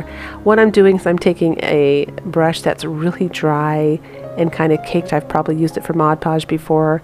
The bristles are really thick and it's scratchy, and that's another really quick way to get a beautiful faux wood branch or a stem without, I showed you the way you can do it when you scratch into it with a sharp instrument.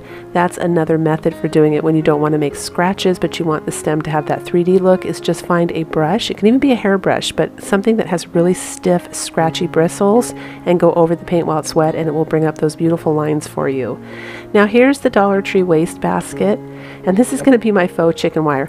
I'm actually trying to dupe a craft I saw on Hobby Lobby last year. They probably still have something similar where they have the open framed pumpkin and then they have the chicken wire behind it. Now this is just me, I like the wastebasket for a faux chicken wire better than I do actual chicken wire, because chicken wire, the real chicken wire, is really big. It's got big holes, and I feel like it kind of gets lost in the whole, I don't know. I just actually think like it almost reminds me of a miniature chicken wire for miniature chickens, like the 3-tier tray decor that I made. These is like little miniature chicken wire. It reminds me of that, but on a small version, and I just think it's so perfect for crafting. So you can see what I did. I just cut it using sharp tools. And here's the trick, you guys. You're going to want to use craft sticks for sure to hold this down. It worked beautifully. As you're going around the edges, you're cutting it so that it's the same shape as the pumpkin. But I actually had glued some craft sticks down before I put the chicken wire down, and then I kind of closed the chicken wire in the craft sticks, at least with the 2 big ones. The small ones, the craft sticks are directly laying on the pumpkin, but the 2 big ones, the chicken wire is in between a craft stick. Now I'm taking gray, pewter gray, and I'm just showing you here how I'm making it look like real metal. I just cover it with pewter gray, and then I take some of that iridescent silver and I go over it, and now I'm edging it with my favorite color, black, you guys, to make it look nice and old and distressed. And we have a beautiful metal faux mini chicken wire coming up here with a nice pumpkin frame. So I'm really happy with how this is turning out. And also really important to use that iridescent silver, you guys. That's really what gave it that, edge, because in the light it looks like real metal. It looks really good. And here's the leaf that came off of one of those big orange pumpkins. I saved those leaves, and I'm just distressing that a little bit as well. And now I'm using the harvest word that comes from the Dollar Tree, and I'm adding some super glue gel to it, as well as some hot glue for an instant hold. I'm going to glue that down in the center, and then I'm going to glue that leaf on the top.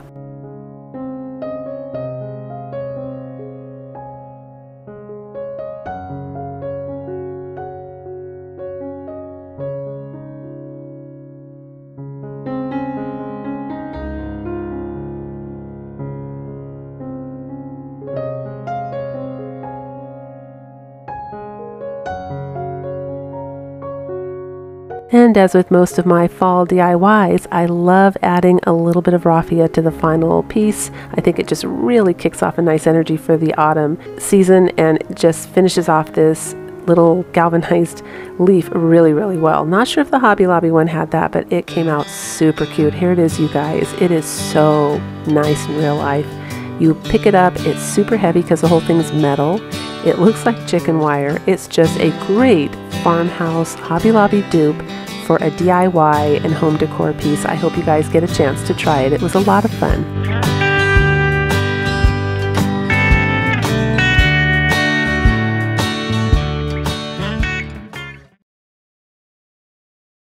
For this craft, you're going to need some wood. I'm using Home Depot's lath, that redwood lath. I've mentioned it before in previous videos. You get about 96 inches, there it is, for $1.12. Super cheap, and it goes a long way, and it sure beats, getting 2 or 3 rulers at the Dollar Tree and trying to make a frame out of it, because this is a much bigger frame. So I recommend you go get some lath, because we can always change the color of it. If you don't like the redwood, some people will like the redwood, but just wanted to pass that on. It's a nice tip, and they'll cut it for you at Home Depot. I found this rug at the Dollar Tree, and I immediately fell in love. Now, the print isn't straight, and I knew that was going to drive me nuts. So the first thing I do is I cut some of the edge off there to make the truck go in the center. Maybe that was a mistake, or maybe that was on purpose. I'm not sure, but I just want it in the center. And I'm going to go ahead and start drawing shiplap lines on it with a permanent marker. That's all it is. It's just a permanent marker, because we're going to be turning this into a wall hanging. Now, this was going to go outside above my outdoor bench on my porch, because honestly, it's so cute in real life and happy looking. The energy is just really bright. It's a little too bright for me, so we are using some paint here to kind of distress it a little bit, make it look a little bit more old and farmhouse-ish to go with my style. But I couldn't stand the idea of people wiping their feet on this. That just really bothered me. And the idea was going to be that it was going to hang above my bench, and then my sister, you know, she put in for it, so it's at her house now. And to be fair, her husband actually drives this truck. I mean, they own the red truck. So I made a couple of the red truck crafts, and they've all gone to her this year, and that's totally okay. But I was happy to do it because, you know, I love my sister. So I'm glad she has it and she's enjoying it. But anyway, I'm going to do a shout out now to She's So Crafty here on YouTube. I saw her paint a rug once, and it came out pretty darn good. So this is where I got my idea from. I thought I'm going for it because it looked good when she did it, when it was on the wall. And that white cloth you see me rubbing is actually a baby wipe. I'm just using it to work the paint down into the rug a little bit more because it's hard to do it when it's just a paintbrush. I found it was staying too much on the surface, and I really wanted to get it down in there. So you can use any kind of cloth you want. I just used a baby wipe. So here I'm putting the white primer paint on the redwood lath, and we're going to do the same trick we did with DIY number 1. We're using a little bit of the watered down burnt umber with a little bit of black paint and a tiny bit of water to make a stain here, and we're going to stain all that wood and bring it up to like a nice dark walnut color.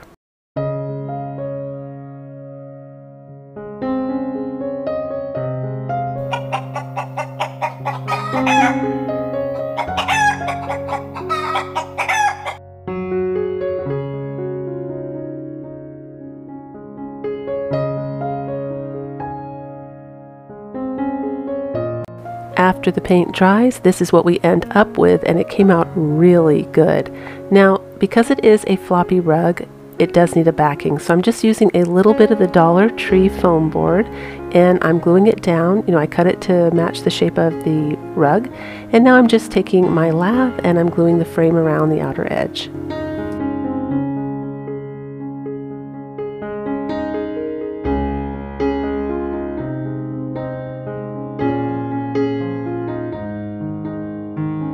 And here it is, you guys. This came out so surprisingly cute. It is such a big piece, so it makes a big statement. If you're into that red truck decor and you really want something to make a statement on your porch or on your mantle, this is it. So a lot of fun. Love the way this came out.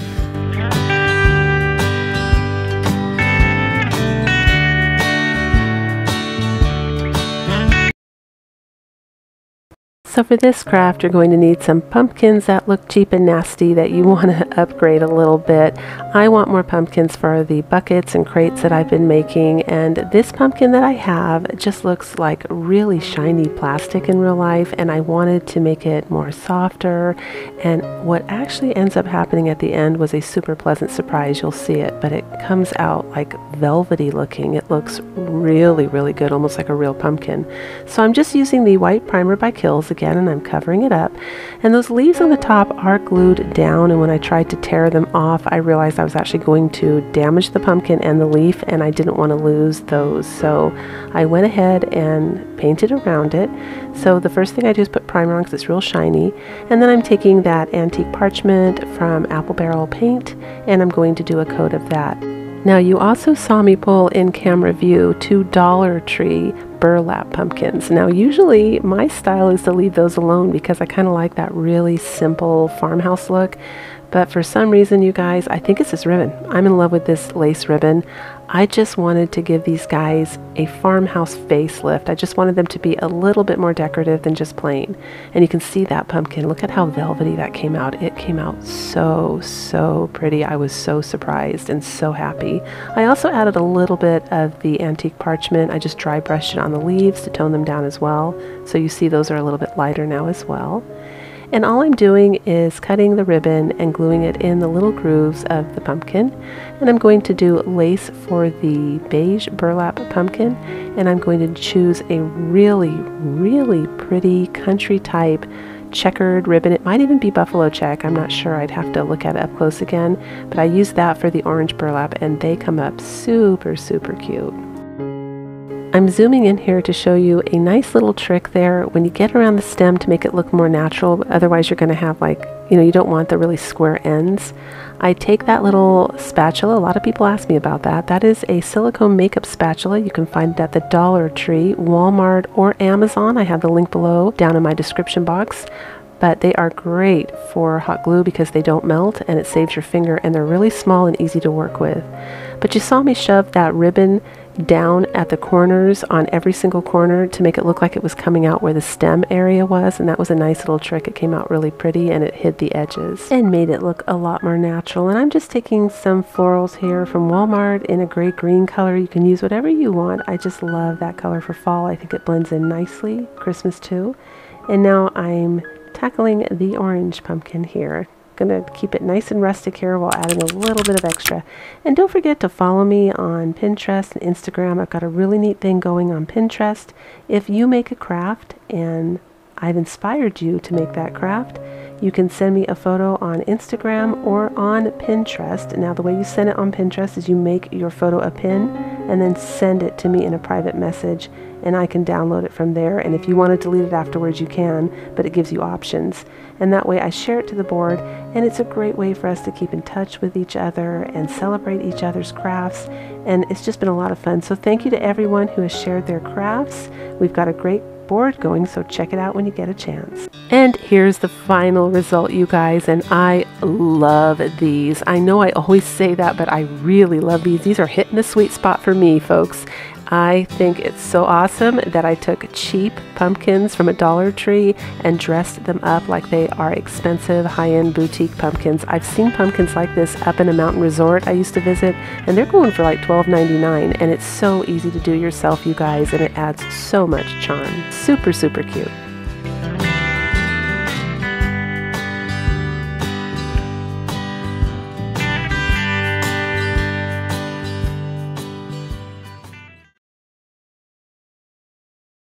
For this craft, you're going to need some wood. I'm just using that cheap wood from Lowe's and a farmer's market calendar.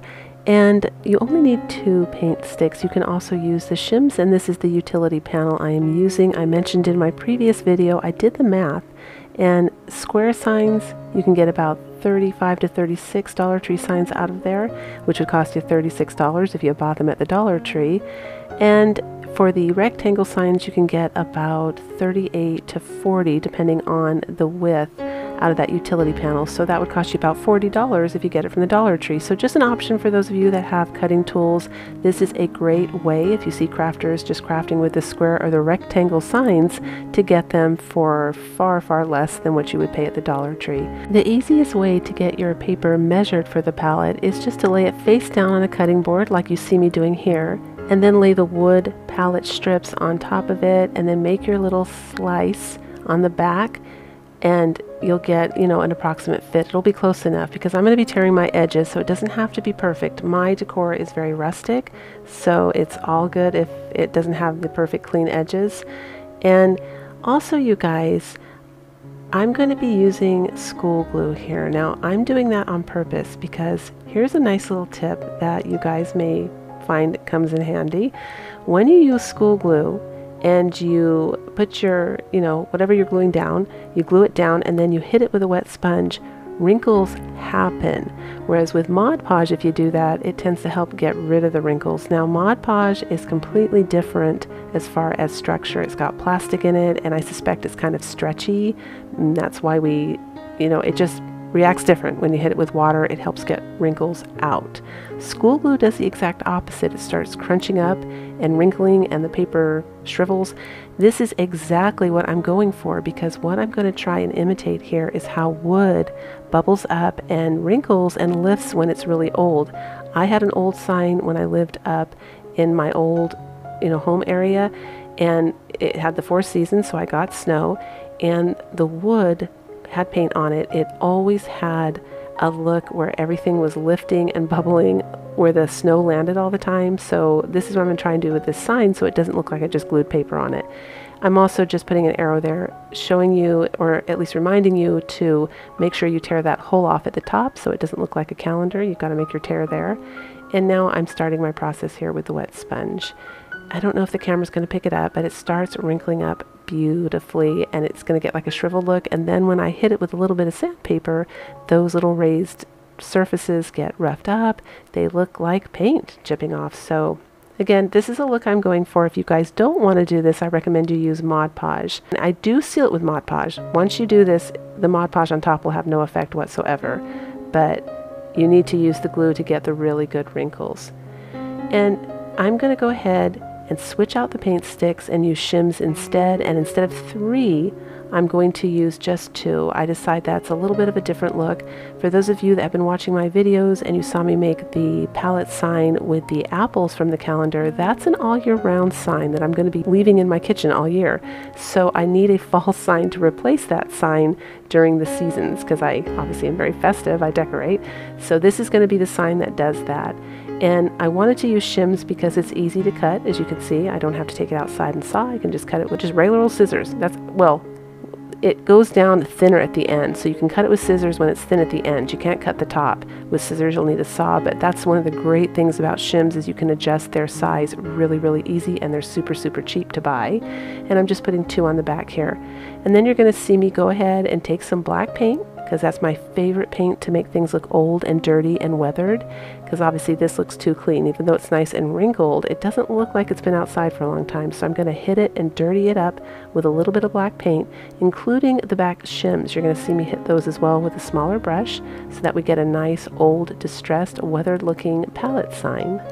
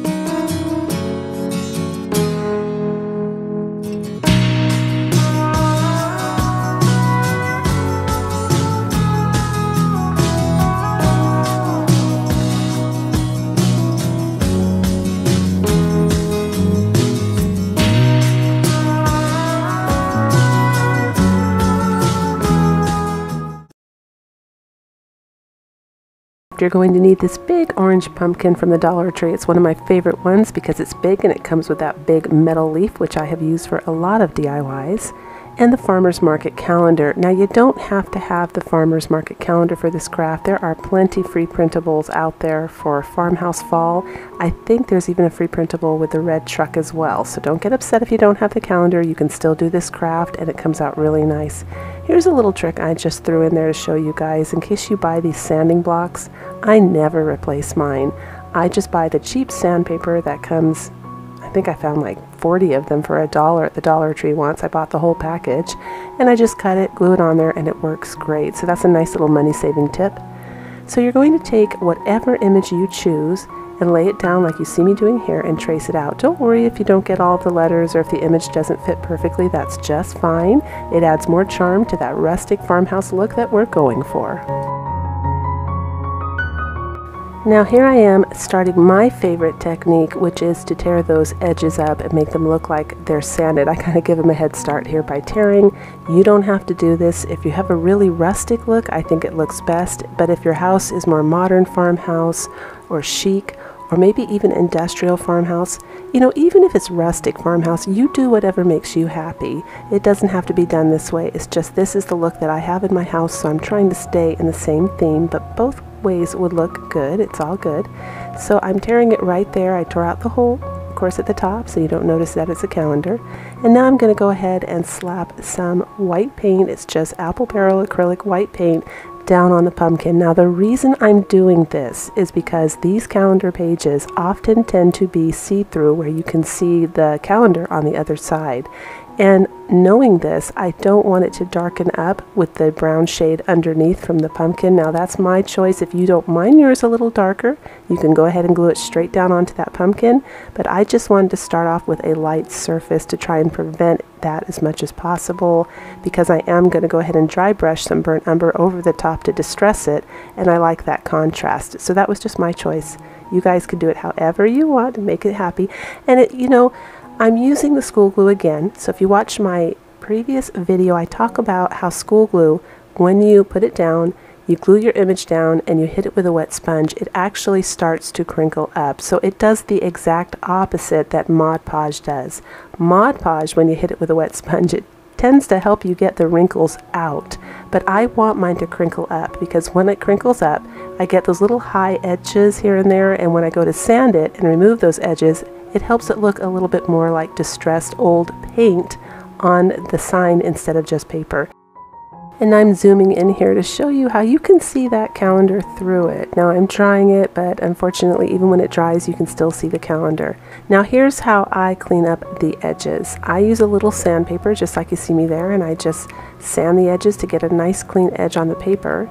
But you're going to see me do a little trick here in a minute to hide that calendar, because we can't have it with a calendar. That definitely doesn't pass for an old farmhouse sign, you know, with numbers and squares in the background there. So you're going to see how I handle that, and it works brilliantly. I'm using burnt umber right now just to distress it for a change, because it's a pumpkin. I thought we could get away with a little bit more of a brown warm tone, and here I go.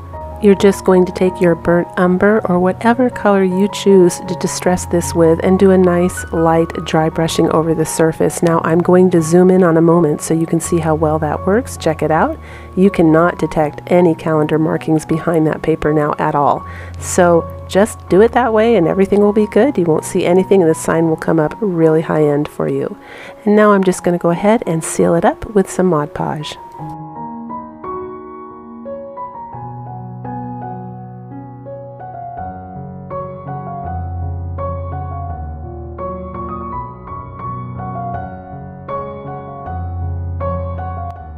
And now that that's all dry, I'm going to use this Dollar Tree wire in the color black, and I'm just going to tie some little curly cubes on this just to give it a little bit of that feeling of a leaf. But again, I'm going for rustic farmhouse, so I want to keep this sign as simple as possible. The red truck signs tend to be kind of busy anyway and bright, so I chose to kind of mellow it out a little bit by just choosing to use some wire at the top to decorate the stem with. You can go ahead and add some leaves if you want, or you can keep that silver metal leaf and use that. I used that for another DIY, so it wasn't available to me, but that would definitely go really well with this sign too.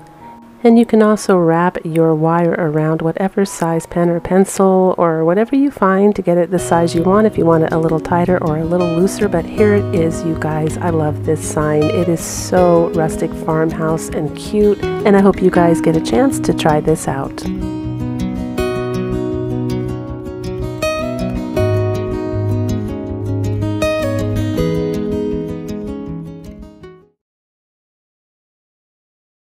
For this craft, you're going to need a jar with a lid. Now I'm using an old candle lid here that my son got me for Christmas one year. It was a really good smelling vanilla scented candle. It smelled almost like Play-Doh, and the smell did not wash out. So I was so grateful for that, because the whole time I'm crafting, I'm so enjoying the smell here, you guys. It was so nice. And I'm just applying a little bit of that Kilz primer, K-I-L-Z primer again, because it sticks really well to glass, and I want to use it up because I bought a gallon of it and it's drying out, so I want to make sure I try and use it, and it makes a really good craft paint. And I applied it to the lid as well, and as you can see, it left naturally nice streaks on that glass. So we're going to be making a pumpkin with this candle glass holder here. This is another Pinterest inspired craft. I saw it. It was one of those simple rustic crafts again that was so cute. So I'm going to try my best to try and imitate it here. And I'm just taking a little bit of the apple barrel paint in the color khaki and burnt umber and dry brushing it on to add a little bit of texture, color, and dimension. And if you look at my paint palette, you can see I've added a little bit of black there and a little bit of water and just moved it to the side to make a super quick stain for the lid. It's nice and watery that way, and it kind of cuts down a little bit of that reddish and the burnt umber to make it look more like an antique walnut. That's going to be the top. And now I'm just taking a regular old pencil and drawing my pumpkin grooves on it. Now you can paint these if you want, and you can use any color you want. It's just for my look, I thought gray was perfect, and so a regular old pencil will work just fine.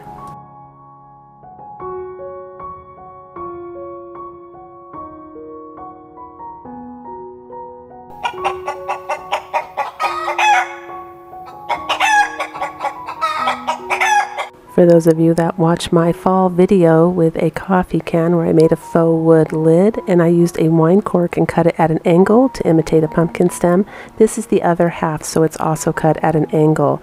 Now I give it a light stain, and I don't mind if a little bit of the design shows through because it actually gives it more character like a pumpkin stem when you look at it, so it's all good.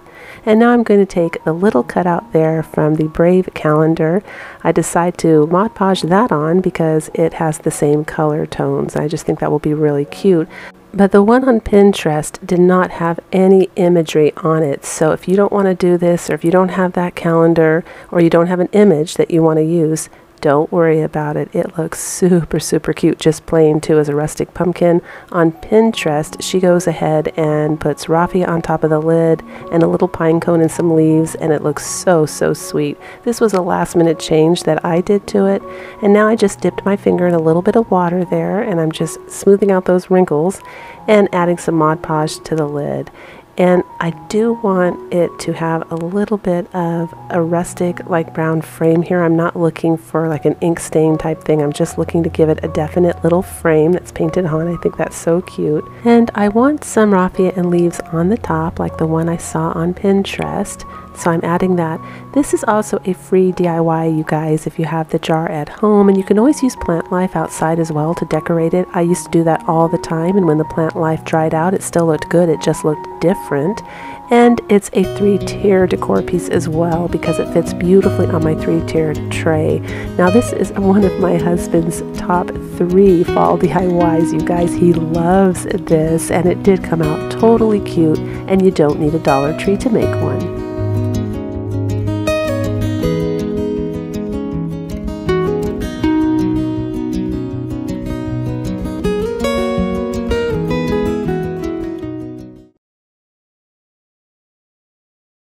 For this craft, you're going to need the largest stovetop cover, the Be Brave calendar, some florals, and some nautical rope. Now, you don't have to use this calendar. You can always use imagery of your choice if you don't have this calendar, but if you do, this is a great DIY. And I'm just going to cut out the pumpkin from that calendar. And I'm going to lay down the large stovetop cover on top and cover the image as much as possible and trace around it. Now make sure you put your pencil right at the very edge there so that you get a nice clean fit, and I'm just cutting it out. Go ahead and grab your Mod Podge, and we're going to be Mod Podging that image down on the stovetop cover. And just a reminder, it's the largest stovetop cover here. I love stovetop covers, you guys. When you're in the Dollar Tree, always pick those up because I always have some great idea for them. I think they are so much fun. And so we're going to Mod Podge it down. We're going to let it dry, and after it dries, we're going to go ahead and edge it with a little bit of that nautical rope. Now you can use thinner twine if you want. I liked the chunky twine because the pumpkin itself is rather big, and the little sections where the grooves are on the pumpkin, they also look kind of chunky. Like the whole thing for me gave me kind of like a chunky feeling. I don't know why. So I just wanted to stick with the chunky nautical rope, but anything around the edge here that you guys like, you can put in there. Be creative and have fun. And I'm just gluing it down.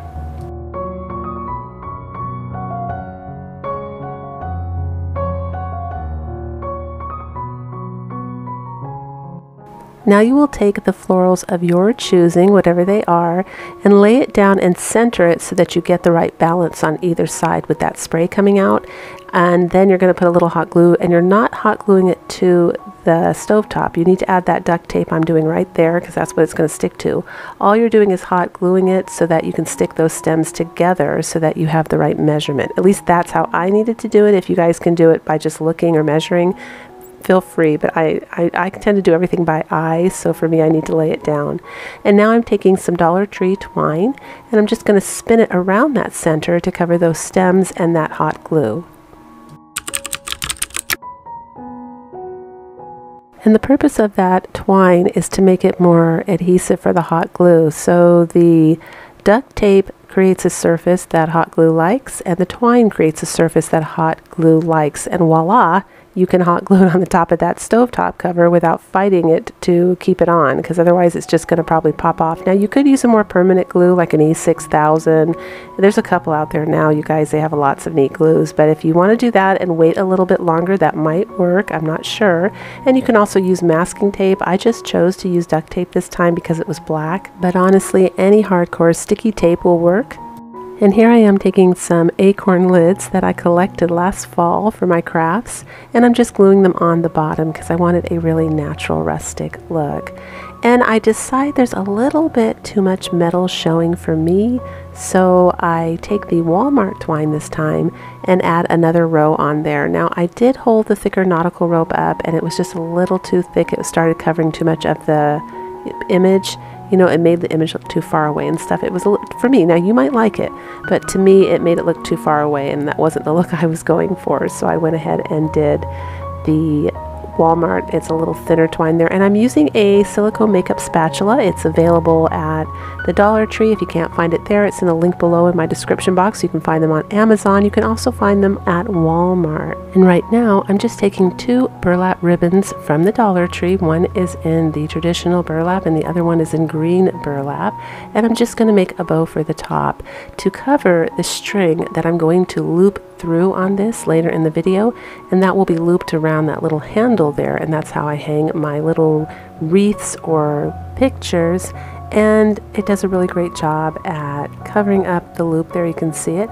And when I hang that on the wall, you guys, I decide it just looks too flimsy. I mean, you've got this big, majestic frame and then this tiny little thing with a little bit of greenery. So I decide we need to make it go big or go home, as they say. So I take a Dollar Tree wreath form and more of my Walmart green florals, and I do an entire wreath. Now I'm just sticking it down in there. These wreaths are perfect for that. I've been doing that for decades. And I don't use hot glue because I usually don't want to damage my florals or my crafting supplies, so I can reuse them if I want to. And this works fine. You can also use wire and tie them on. But what I've been doing, I'm going to show you my dirty little secret here in a minute. I'm going to flip this over and show you what I've been doing for 20 years. I put something down like this on a wreath, and it could be a pizza pan or something bigger with a bigger wreath form, but I just use little branches from whatever florals I put around, and I used masking tape to tape them to, you know, again, the pizza pan or the picture or whatever I want them to stick to without ever doing anything permanent like glue. And then I pull that little tiny loop that's on the stovetop cover through the wreath form so that it can hang on that little handle. And this is what I've been doing for years. It's been working for me. You can't tell. I mean, no one's going to lift it up and look behind to see if you glued or if you taped. But this came up so high end and it's so beautiful. And I think it's a perfect transition craft from fall into Christmas. If you do neutral fall, I'm going to go ahead and stick a Christmas seed in there for Christmas. I'm not even going to remove it. It's in my hallway and it's going to come up so beautiful for both seasons. And I just love this.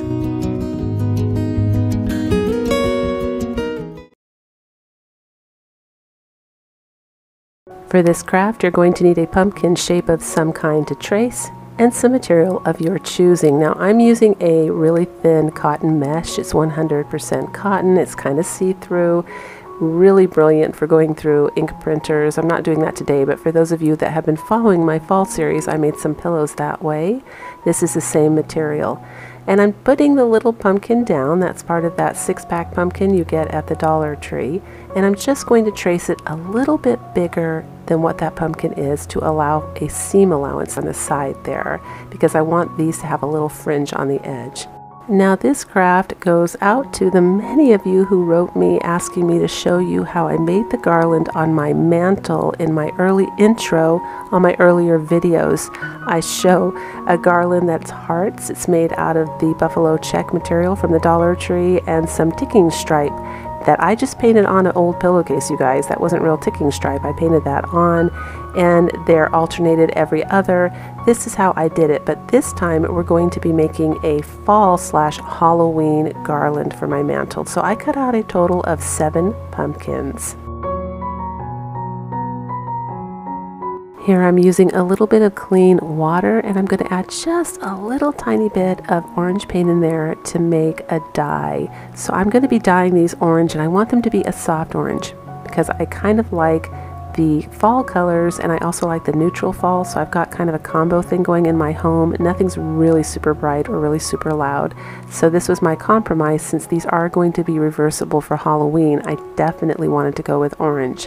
So I'm just brushing it on. Now there's several ways you can do this. I've done it where I've put some water in a spray bottle with a little bit of paint and shaken it up, and then laid them all down on top of a sheet and just sprayed them like you spray paint, I guess, and that's done the job really quickly as well. And I've left it outside to dry. But I was deep in the middle of a Hallmark movie when I made these, and honestly I didn't want to go outside. It was more fun for me to stay there and make them, so you can do it either way.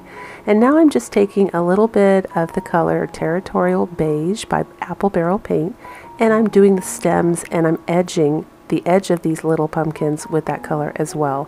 Now one side is going to be a pumpkin for the fall season and Thanksgiving, and the other side is going to be a cute little old-fashioned vintage jack-o'-lantern. Now this is going to be my final video in my fall series for 2020. However, you all voted overwhelmingly asking me to do a vintage Halloween video before I transition to my Christmas series, so that's what we're going to do. And I thought this would be a totally perfect DIY for that, because it's fall on one side and it's going to be vintage Halloween on the other. So right now I'm just lightly drawing on a jack-o'-lantern face with pencil. Now I'm deliberately not going to draw this face perfect. It's going to be imperfect. It's going to be a little off center here and there, at least I'm trying to, because part of what makes Halloween look very vintage is everything was very homemade, which means you don't have that cookie cutter look where it comes from a store. So that's my first line of attack here to get things to look vintage. It's got to look definitely homemade. So I'm using a Sharpie brown pen here just to go over everything. I found that color was dark enough. In fact, I wish I had had a lighter Sharpie pen.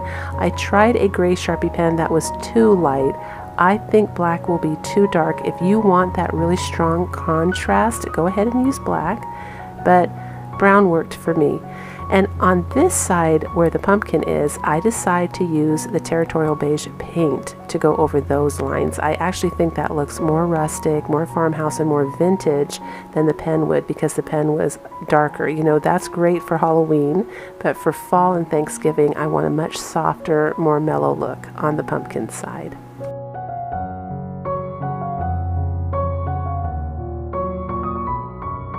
And that's what we have when we're done.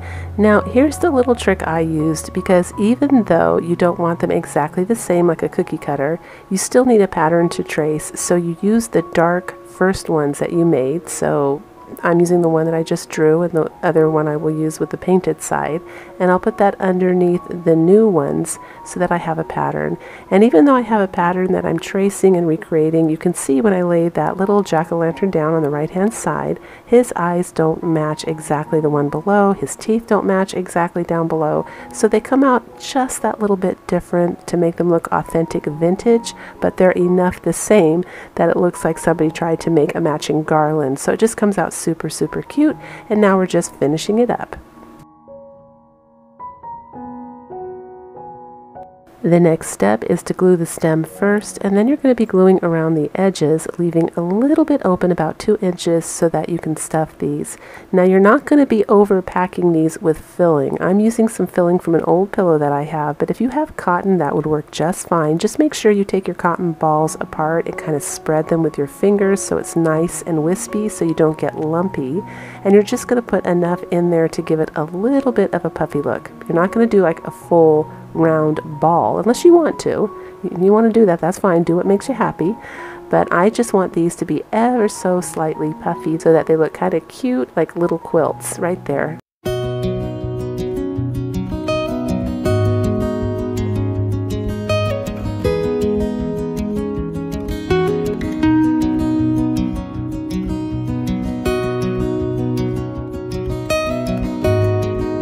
hope you all enjoyed watching these DIYs as much as I enjoyed making them. They were so much fun. And as we enter into the fall season here on YouTube, I'm wishing you all a beautiful week.